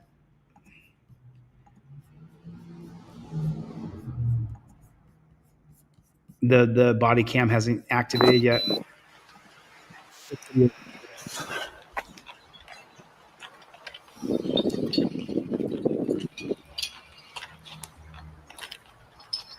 How we doing, bud? Better, huh? What's going on, man? You see all this? What's going on, man? Well, my daughter, she just flipped out a while ago about a money deal. Tells me I owe her like $40 for changing hers. So she started flipping out. Yeah. She done turned over a couple totes and shit. Done broke my glass table that was on my front porch. Okay. So yeah, she's having a trip move right now. She already got the message. And she's been in trouble with the police in the past. They said that she keeps on juvenile for that. That's domestic. Yeah, exactly. Yeah, they got her for domestic. Hold on, come on. The other two officers that responded less than a week ago about the same type of shit. Them little motherfuckers didn't do shit. And it's been an ongoing damn thing. And she's 1 point away from juvenile, but they won't take her. Yeah. Well, that has nothing to do with us as far as them taking her or not. You know what I mean? Right, that's happening. But where's she at? Man, shit, you make a big ass circle around here. She couldn't have gone far. 50 feet. Only thing I told her I was getting ready to call the police because she turned up about 3 totes in my house. She busted a glass table, which table's no good, but she still had no business breaking my glass table though. Absolutely. She took off. Do you know which way she went? No, I didn't see. She went that way. She went that way. Looney Tune joggers and a motherfucking pink sweatshirt. Which one is it? My 16-year-old. 16-year-old. My 16-year-old Keely. You want to see if you can find her? I mean, we got at least criminal damage. Man, that's criminal damage. That's domestic. Come on. She at least getting 2 charges. And if y'all don't give her both charges, I want both y'all badge numbers. Oh, here goes the Man, badge I ain't going for that shit. Well, you know what? No offense, but if you're going to hear... Okay, keep walking then. Keep walking then. Yeah, he always says that badge number and all this thing. Yeah, first of all, you're not a police officer, right? Did you go to law school? Did you go to police officer school? You have a badge? Did you go through the academy? So do you know the charges or no? So you went to court once or twice, so all of a sudden now you know the law? So you went to court once or twice, so all of a sudden now you know the law. First of all, don't tell me how to do my job, all right? I just fucking got here. I just got here. You're letting a high school kid trigger you, bro. You probably shouldn't be a copper. You don't even know me. If you want to do something then, son. Little kid. He just basically said I just got here. Trying to threaten me, son. You call me over here and then you trying to threaten me, son. I'll slap you on some silvers and take you down to county. That's what I got to do, because what you going to do? I mean, listen to the... I'll slap you on some silvers and take you down to county. What kind of slang bullshit pig talk is that? I'll slap you on some silvers and take you down to county. That's what I got to do, because what you going to do? False arrest? False arrest? You didn't just point that stick at me? You didn't just point that stick at me? Is your camera on, motherfucker? Is your camera on? You see that red dot? It's on. It's on. It's on with your scary ass. Okay, sure. No, you watch what you say. You watch what you say. You watch what you say, kid. I don't know who you think you're talking to. Oh, so he steps up to the kid? He walks across the yard and gets in the kid's face? Watch what you say. You watch what you say. You watch what you say, I ain't kid. watching I don't know who you think you're talking to, but first of all, you don't talk to me like Yeah, that. You understand that? I'm not I'm no here to kid. help you. You ain't I'm here to help me. you. here to help And them. all of a sudden, before I even got here, you like, y'all motherfuckers ain't gonna do shit. I just got here. Fuck you. Fuck you. Fuck you. Fuck you. Fuck you with your scary ass. What? I mean, correct me if I'm wrong here, but these are not exactly de-escalation tactics, not exactly working for the greater good of the community when you're antagonizing what looks to be a 17-year-old young man. And by the way, 17-year-old young men, don't disrespect them because that's a man, maybe a young man, but that 17-year-old young man might be able to whoop your ass. I'm right here, motherfucker. You're a rookie, bitch. I'm right here. You're a rookie, bitch. Shut up. Oh, he lost his shit. This copper just lost his shit. Yeah, I'm right here, motherfucker. You're a rookie, bitch. I'm right here. You're a rookie, bitch. Shut up. Bitch, that's police brutality. Is it? Yeah, it is. Is it? Because you went to court once or twice? You mean? I know my laws, bitch. Ma'am, if we find her, she's going to be arrested for criminal damage. Did she hit you today? Fuck you mean? Put your hands. Shut the fuck up. Did she What the hell? This cop is unhinged. hit you today? I'm not a fucking nigga. You watch your fucking mouth. What? Now he's dropping the N-bomb? Bro, you're not allowed to use the N-bomb, dude. She did hit you today? We in America. She did? I know where the fuck we at. We in America. What is this white boy? What? Yo, I know where we at. What up, motherfucker? Like, what? You're white, bro. Why are you talking that way? Why are you talking that way? Well, escalating, and then I slap the silver on you, take you down to county. Like skipping words? Like, what? What? On, really? America. You don't see this bracelet right here? What have you done for America? What Oh, you don't see this blue line flag bracelet around my wrist? I'm a pig, so I'm doing more for America than you are? On, really? America. You don't see this bracelet right here? What have you done for America? What you done for this fucking America? You ain't did shit for this. Clean up the fucking glass, bitch. You ain't done shit. Shut up. Dude, do you think this kid's mom wants you coming to the house and having this with him? Shut up. You little one You fucking scared. You scared. I'm right here, man. You scared. You scared, bitch. You fucking scared. As soon as I put my hands on your punk ass, I know how it's gonna go. I'm not even going to take you to jail. I'll give you the freedom of that. Man, you a goddamn mom. You want to put one or two? Shit. Really? See, The mom here has got to be losing her mind. Why are you trying to fight my son? I'm not stupid. You ain't about to mace me. I won't even. I'm turning down my radio so I can hear the bullshit coming out of your mouth. Really? I call you out here for my purpose, and you Yeah. and my son. Come on now, really. Exactly. I spoke for the mom and then she spoke up. First of all, your son's got a fucking mouth on him. Yep. And now I can see why your daughter's acting all out of control. So first of all, Oh, so now she's a bad mom. discipline needs to be an issue. All right? Shut the fuck up. You shut the fuck up. Discipline needs to be an issue, ma'am. Obviously, there's a disciplinary issue right here. Okay. Okay. Okay. You want to throw some hands, man? We can throw some hands, and I won't even arrest you, man. I'll let you go right in there. Oh, like I've never heard that before. Like I've never heard that before. Like I've never heard that before. USA bullshit. That badge. Like I've never heard that before. I mean, this kid weighs about 100 pounds. Y'all go around Springfield like y'all the Like I've biggest never shit heard that before. Y'all go Springfield, Missouri? to Chicago, they gonna lay y'all ass. Okay, okay. Like I've never heard that before. Like I've never heard that Go before. back to Mexico, nigga. So I ain't from Mexico, you stupid Go motherfucker. back to Mexico. I ain't from Mexico. Wow, this guy's got a bad attitude, this cop. So anyways, that's what we're looking at right here. So if my partner can find her, that's what we're going to go with, okay? Hopefully she'll make enough points, and then we can take her to YSB. Hopefully she makes enough points so you can take her to a facility. Can I have your All right. badge number? I want your badge. number. The Juvenile Detention Center. Can I have that? I Yeah. need that. I need that badge. All right. number, sir. So, however, if she comes back here, you need before we find her, you need to give us a call so we can come back and address the issue of all this earlier. You understand what I'm saying? So just because we don't find her now doesn't mean she's gonna escape free. You know what I mean? What kind of mother is this who juvenile JDC. So he wants to take her. Hopefully she has enough points we can take her to JDC. And then he says she's not going to get away with this. She's not going to get to skate on this. So whether we get her now or she comes home later, the cops are now going to criminalize this underage girl. They're going to criminalize her. And he can't wait to charge her with crimes. This is insane. Chevy! Where's Chevy at? But where would she go though? I don't have no clue. I don't know who she know or who she don't know. I don't know. Okay. I don't know. None of my kids' friends or nothing. That's fine. That's fine. So she's mad about $40. Well, $40 is legally mine, and she says I owe it to her. She's a juvenile. She ain't got no money entitled to her, period. I don't owe kids anything. No, you don't. Mom does not owe kid nothing. No. Absolutely. Thank you. Thank you. No, mom does not owe kid nothing. No. So you should be good to go.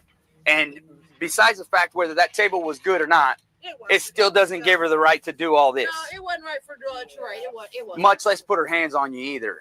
So has she done that before? Yeah, in the past. She has? About how many times? Oh God. That many?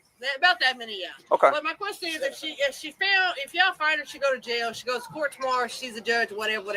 Unfortunately, what the judge. Wow, this mom. I mean, you know, I hate to say the cop was right, but she's talking about putting her kids in jail. Like, what's wrong with you? I guess people don't understand that going to jail is going close to death, that you can die. You can die in that jail. I just don't understand why she's so in such a hurry to put her kids in jail. Listen to what she says here. That many? About that many, yeah. Okay. But my question is, if y'all find her, she go to jail. She goes to court tomorrow. She's a judge, whatever. Unfortunately, what the judge does after Whatever? that is beyond me. That's what I said. He's She goes- above yeah, me she all goes to work day. The next day, the judge, whatever. Yeah, that's the crappy part.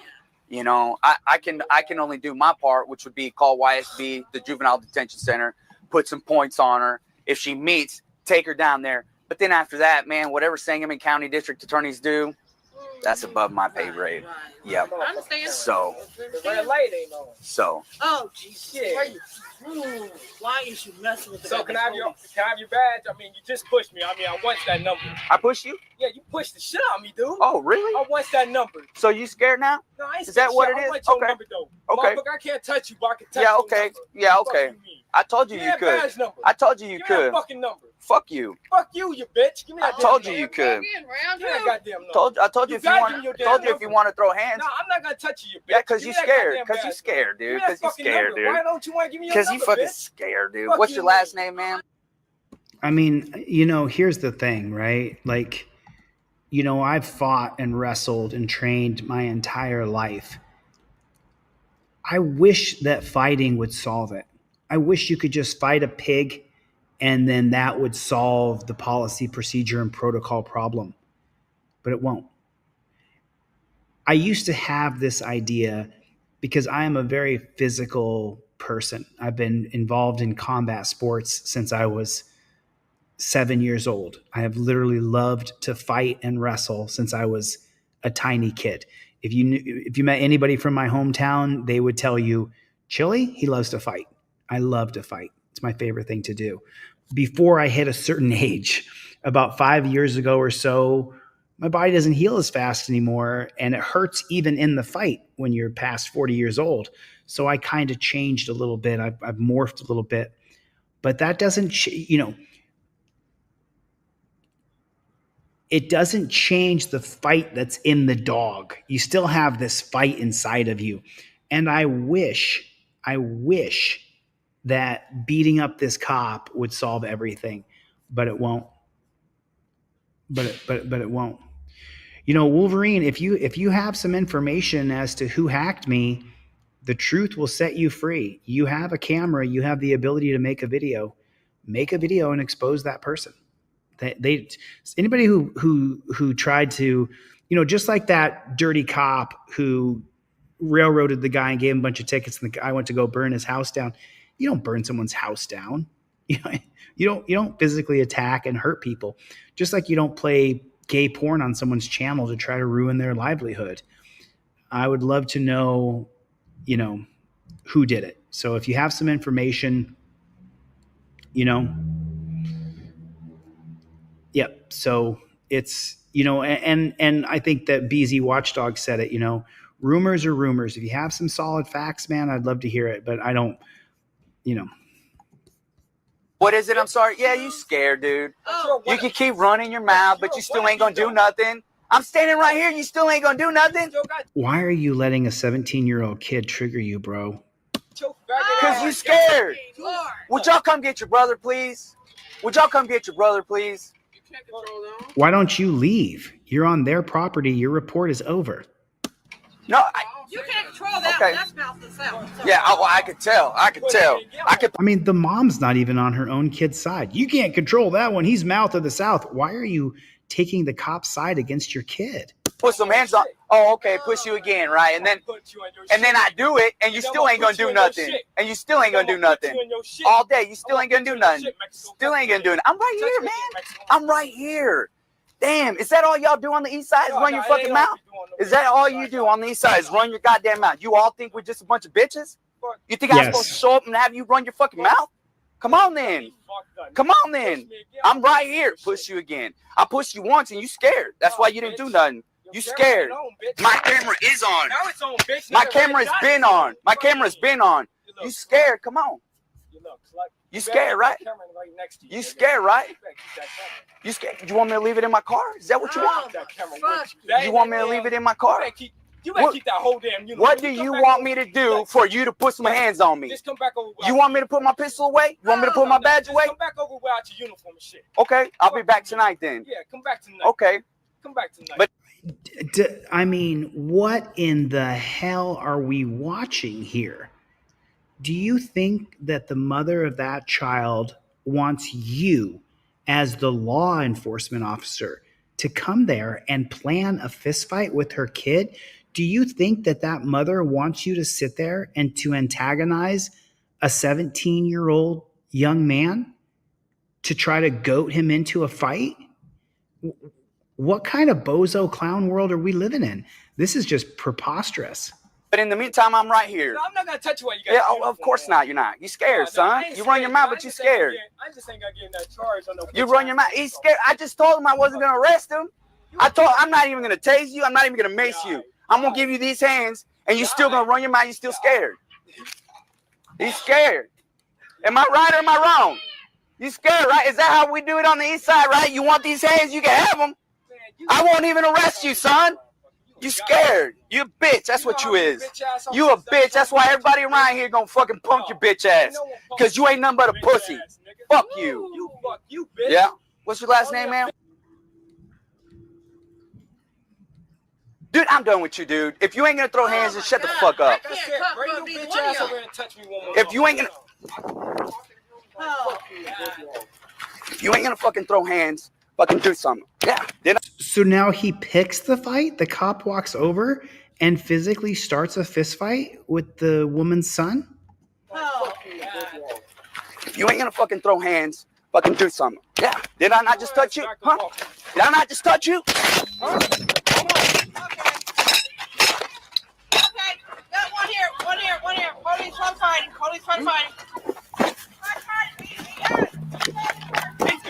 He's good. Don't do it. Don't do it. Rookie shot first. See, that's not bad. You all right? Put your hands on your back. He's good. Don't do it. So what the fuck? You pussy bitch. All right, Run your all right. fucking mouth. Hold on. What the fuck? Done? Don't arrest him. The fuck? See, I thought it was gonna be a one-on-one. What type of shit was that? My partner didn't fucking do nothing. Man, you pussy ass bitch. Fuck you. What kind of kangaroo, lawless, despotic, monarchist? What are we talking about here? What the hell are we looking at? You are not going to believe what you see. This cop comes and picks a fight with the high school son of the woman who called the police for service. Are you? Come on. Go. Okay. I'm with you. Hold on. I'm working. Hold on. That was some of the weirdest. This is the weirdest video I think I've ever seen. I think I saw this before. I just didn't realize that this is how it all started. And he's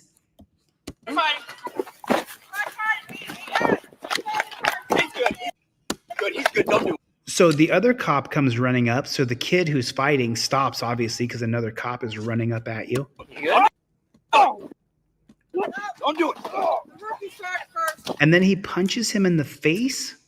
See, that's not bad. You all right? Put your hands behind your back. Put your hands behind your back. He's good. Don't do it. Don't do it. So what the fuck? You pussy bitch. All right. Run your fucking mouth. Hold on. What the fuck? Done? Don't arrest him. Don't arrest him. The fuck? See, I thought it was gonna be a one-on-one. What type of shit was that? My partner didn't fucking do nothing. Man, you pussy ass bitch. Fuck you. Man, what's up? You scared? What's up? You got Done. these hands. I'm You scared? I'm scared, huh?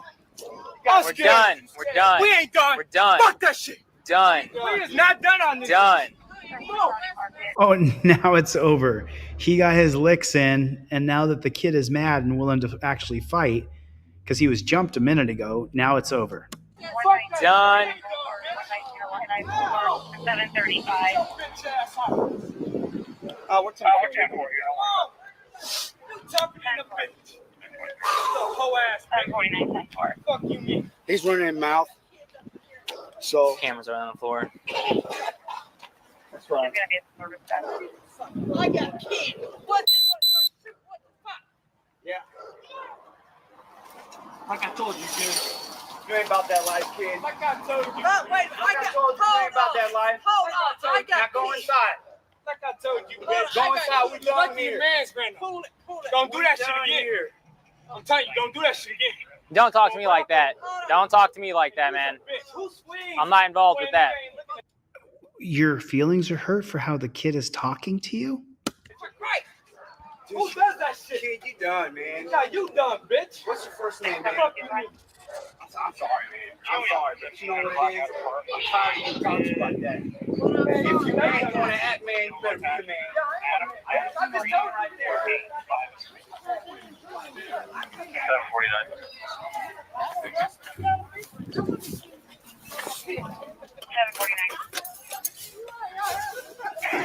749. You guys good? Oh, I'm good.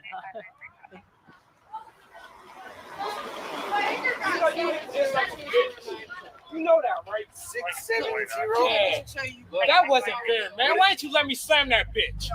I didn't even touch you, man. Man, but you came up behind me with that gas taste. Don't You talk came to up me. behind me with that Don't gas talk taste. to me like that, man. Man, why didn't you let me slam I'm not that bitch? involved. I'm not involved Why with didn't you that. let me slam Don't that let me. bitch? Don't talk Why'd to you me, talk okay? about put my hands behind my back? Don't Why'd talk you to let me. me beat his ass? I'm Yeah, sorry, you true man, to but your I'm word true to until my your word. deputy ran up. I'm sorry, but I'm true to Now I my was word. gonna knock your ass out till your deputy ran up. Talking about put your Really? hands behind your back. Now What when type were you of gonna do that? bullshit was When that? you on your back over there on the Fuck corner? you mean? As soon as I heard get on, Dude, hands I behind felt your back, bad fuck for you. That's why I stopped hitting No, you. bitch. Yeah, shut up. Fuck you mean? You can never take me one-on-one, bitch. I just No, did. you did. You I really just did. You really did. I just did. You really did. I just did. You know the funny part is nobody came to help you. Look, the funniest part Nobody is your came to deputy help you. came. Your deputy. What's your daughter's name?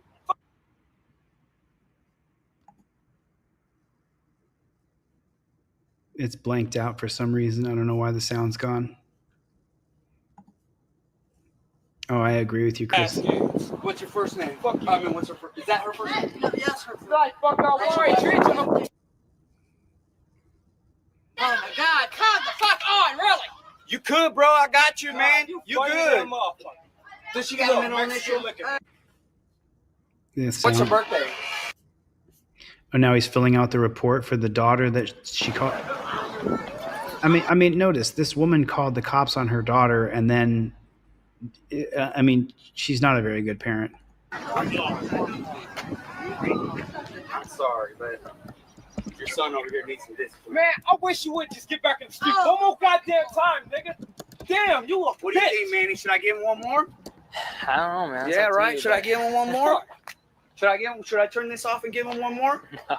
I don't think. No, I I don't think think he's I done. don't think Man, you come want it, back kid. later, bitch. I'll give you your You want one, it, bitch. kid. Come back later while I got my Man, if check. she comes back, would you just give us a call, please? Okay, and we'll handle her accordingly. Yeah, she's not around here. You'll handle her? Come back, son. Dude, I'm right here, man. You already got it, man. Don't even try it. That little kid across the street's ready to whip. Oh, you're a real tough guy fighting a high school kid, bro. Yeah, so Look, don't look, even look, try. I'll tell you what, bitch. Next time you hit me like a bitch, at least put me in cuffs. I told you I would. I told you I would. Me like a straight bitch. I told you I would. You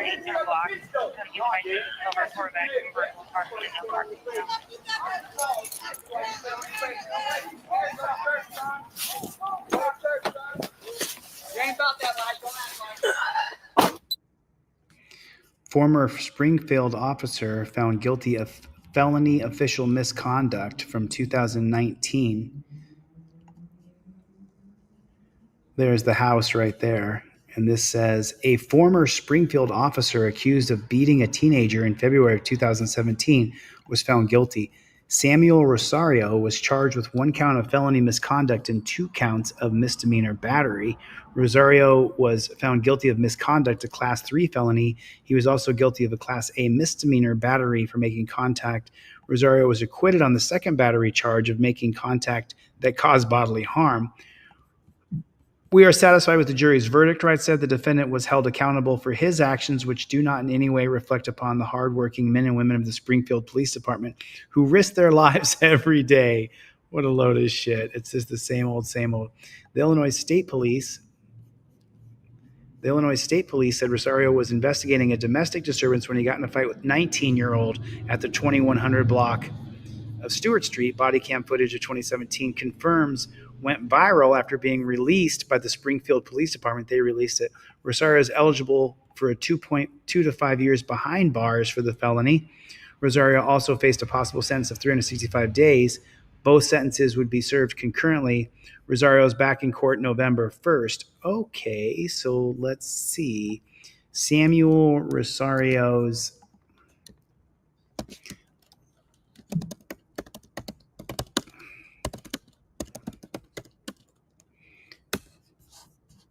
okay. There it is right there. Who wants to bet? I almost stopped and asked, how many of you guys think there will be 0 jail time for attacking a 17-year-old kid, punching him in the head 10 times, and then continuing to escalate the fight? Continuing and continuing and continuing to escalate the fight. Take care, Utah Cop Watch. Let's read it, what it says here. Samuel Rosario was sentenced to 24 months of probation. Saginaw County State Attorney Dan Wright confirmed Rosario is ordered to comply with all mental health, substance abuse, and anger management treatment as appropriated by the court. Sentenced to probation. So you can, if you're a cop, gets 24 months probation. If you're a cop, you can do whatever you want to anybody out there. Protect and serve us to death. Protect and serve us to death. So here's what I'm going to do.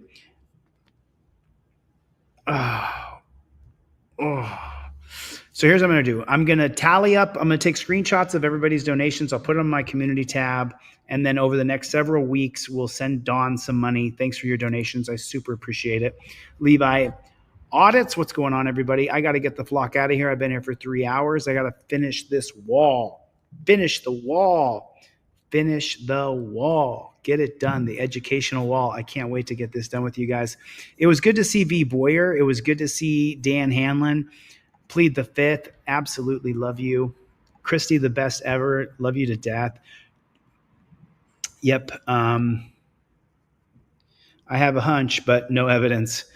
Yeah, Wolverine, I'm all about receipts. I am all about receipts. You got to come, because so many people, I know Wolverine Transparency came in here and said that Bree is in here, Jeff is in here, Mark LaGrange. Mark is putting his money into Dawn and Craig, just like so many, like Lou, so many of you guys have put in.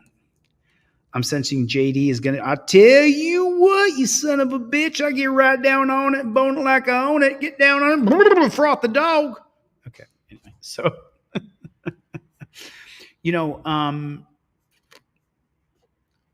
I can't remember what I was saying.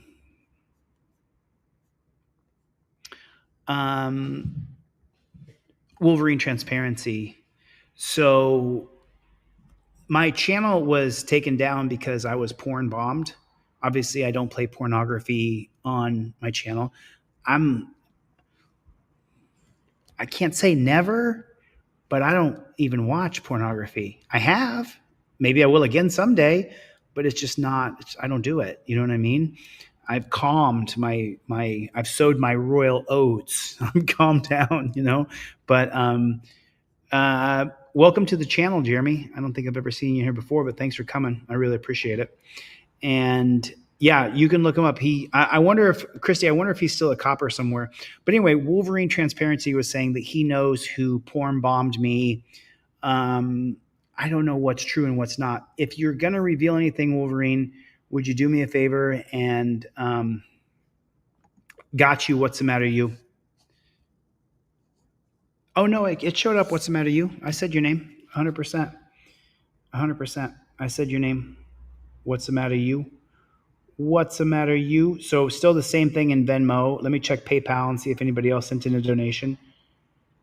Yeah, somebody else did. Tom Shaw. Tom Shaw sent in a donation. Lucida, Danelle, Mark, Rising Tides. And this is on PayPal. Let me check Cash App for What's the Matter, You?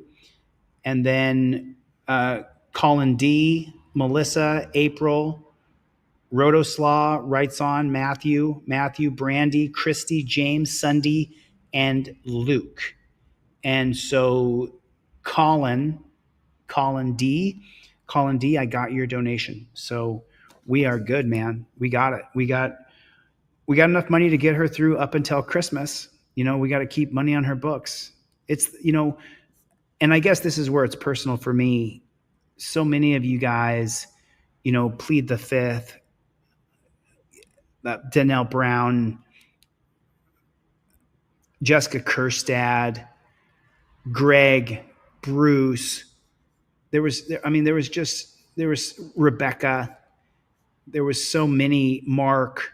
I'm just reading the list here. There's so many of you who kept me alive when I was in the dungeon. Justin, you know, there's so many people who supported me that it's almost like I have to make sure that I support other people when they're stuck in that freaking dungeon. You know, I got your Cash App. What's the matter, you? Thank you, man. Thank you. Yep. I'm super happy to be back as well. Super happy. Tower Time, you know, thanks for your support. I really appreciate it. Kinetic Customs and Racing, Nabil, you know, April Bass has been just an amazing supporter and friend. And I just want to say thank you. Death Angel. Send the receipts, Wolverine. All right, listen, I got to get the flock out of here. Chevy, I missed you, buddy. I love you, man. Thanks, dude. So just so you guys know, when my channel went down, I got a few phone calls and a few people, and Chevy right away sent me a PayPal. And I know why he sent it. So thank you, Chevy. I appreciate it.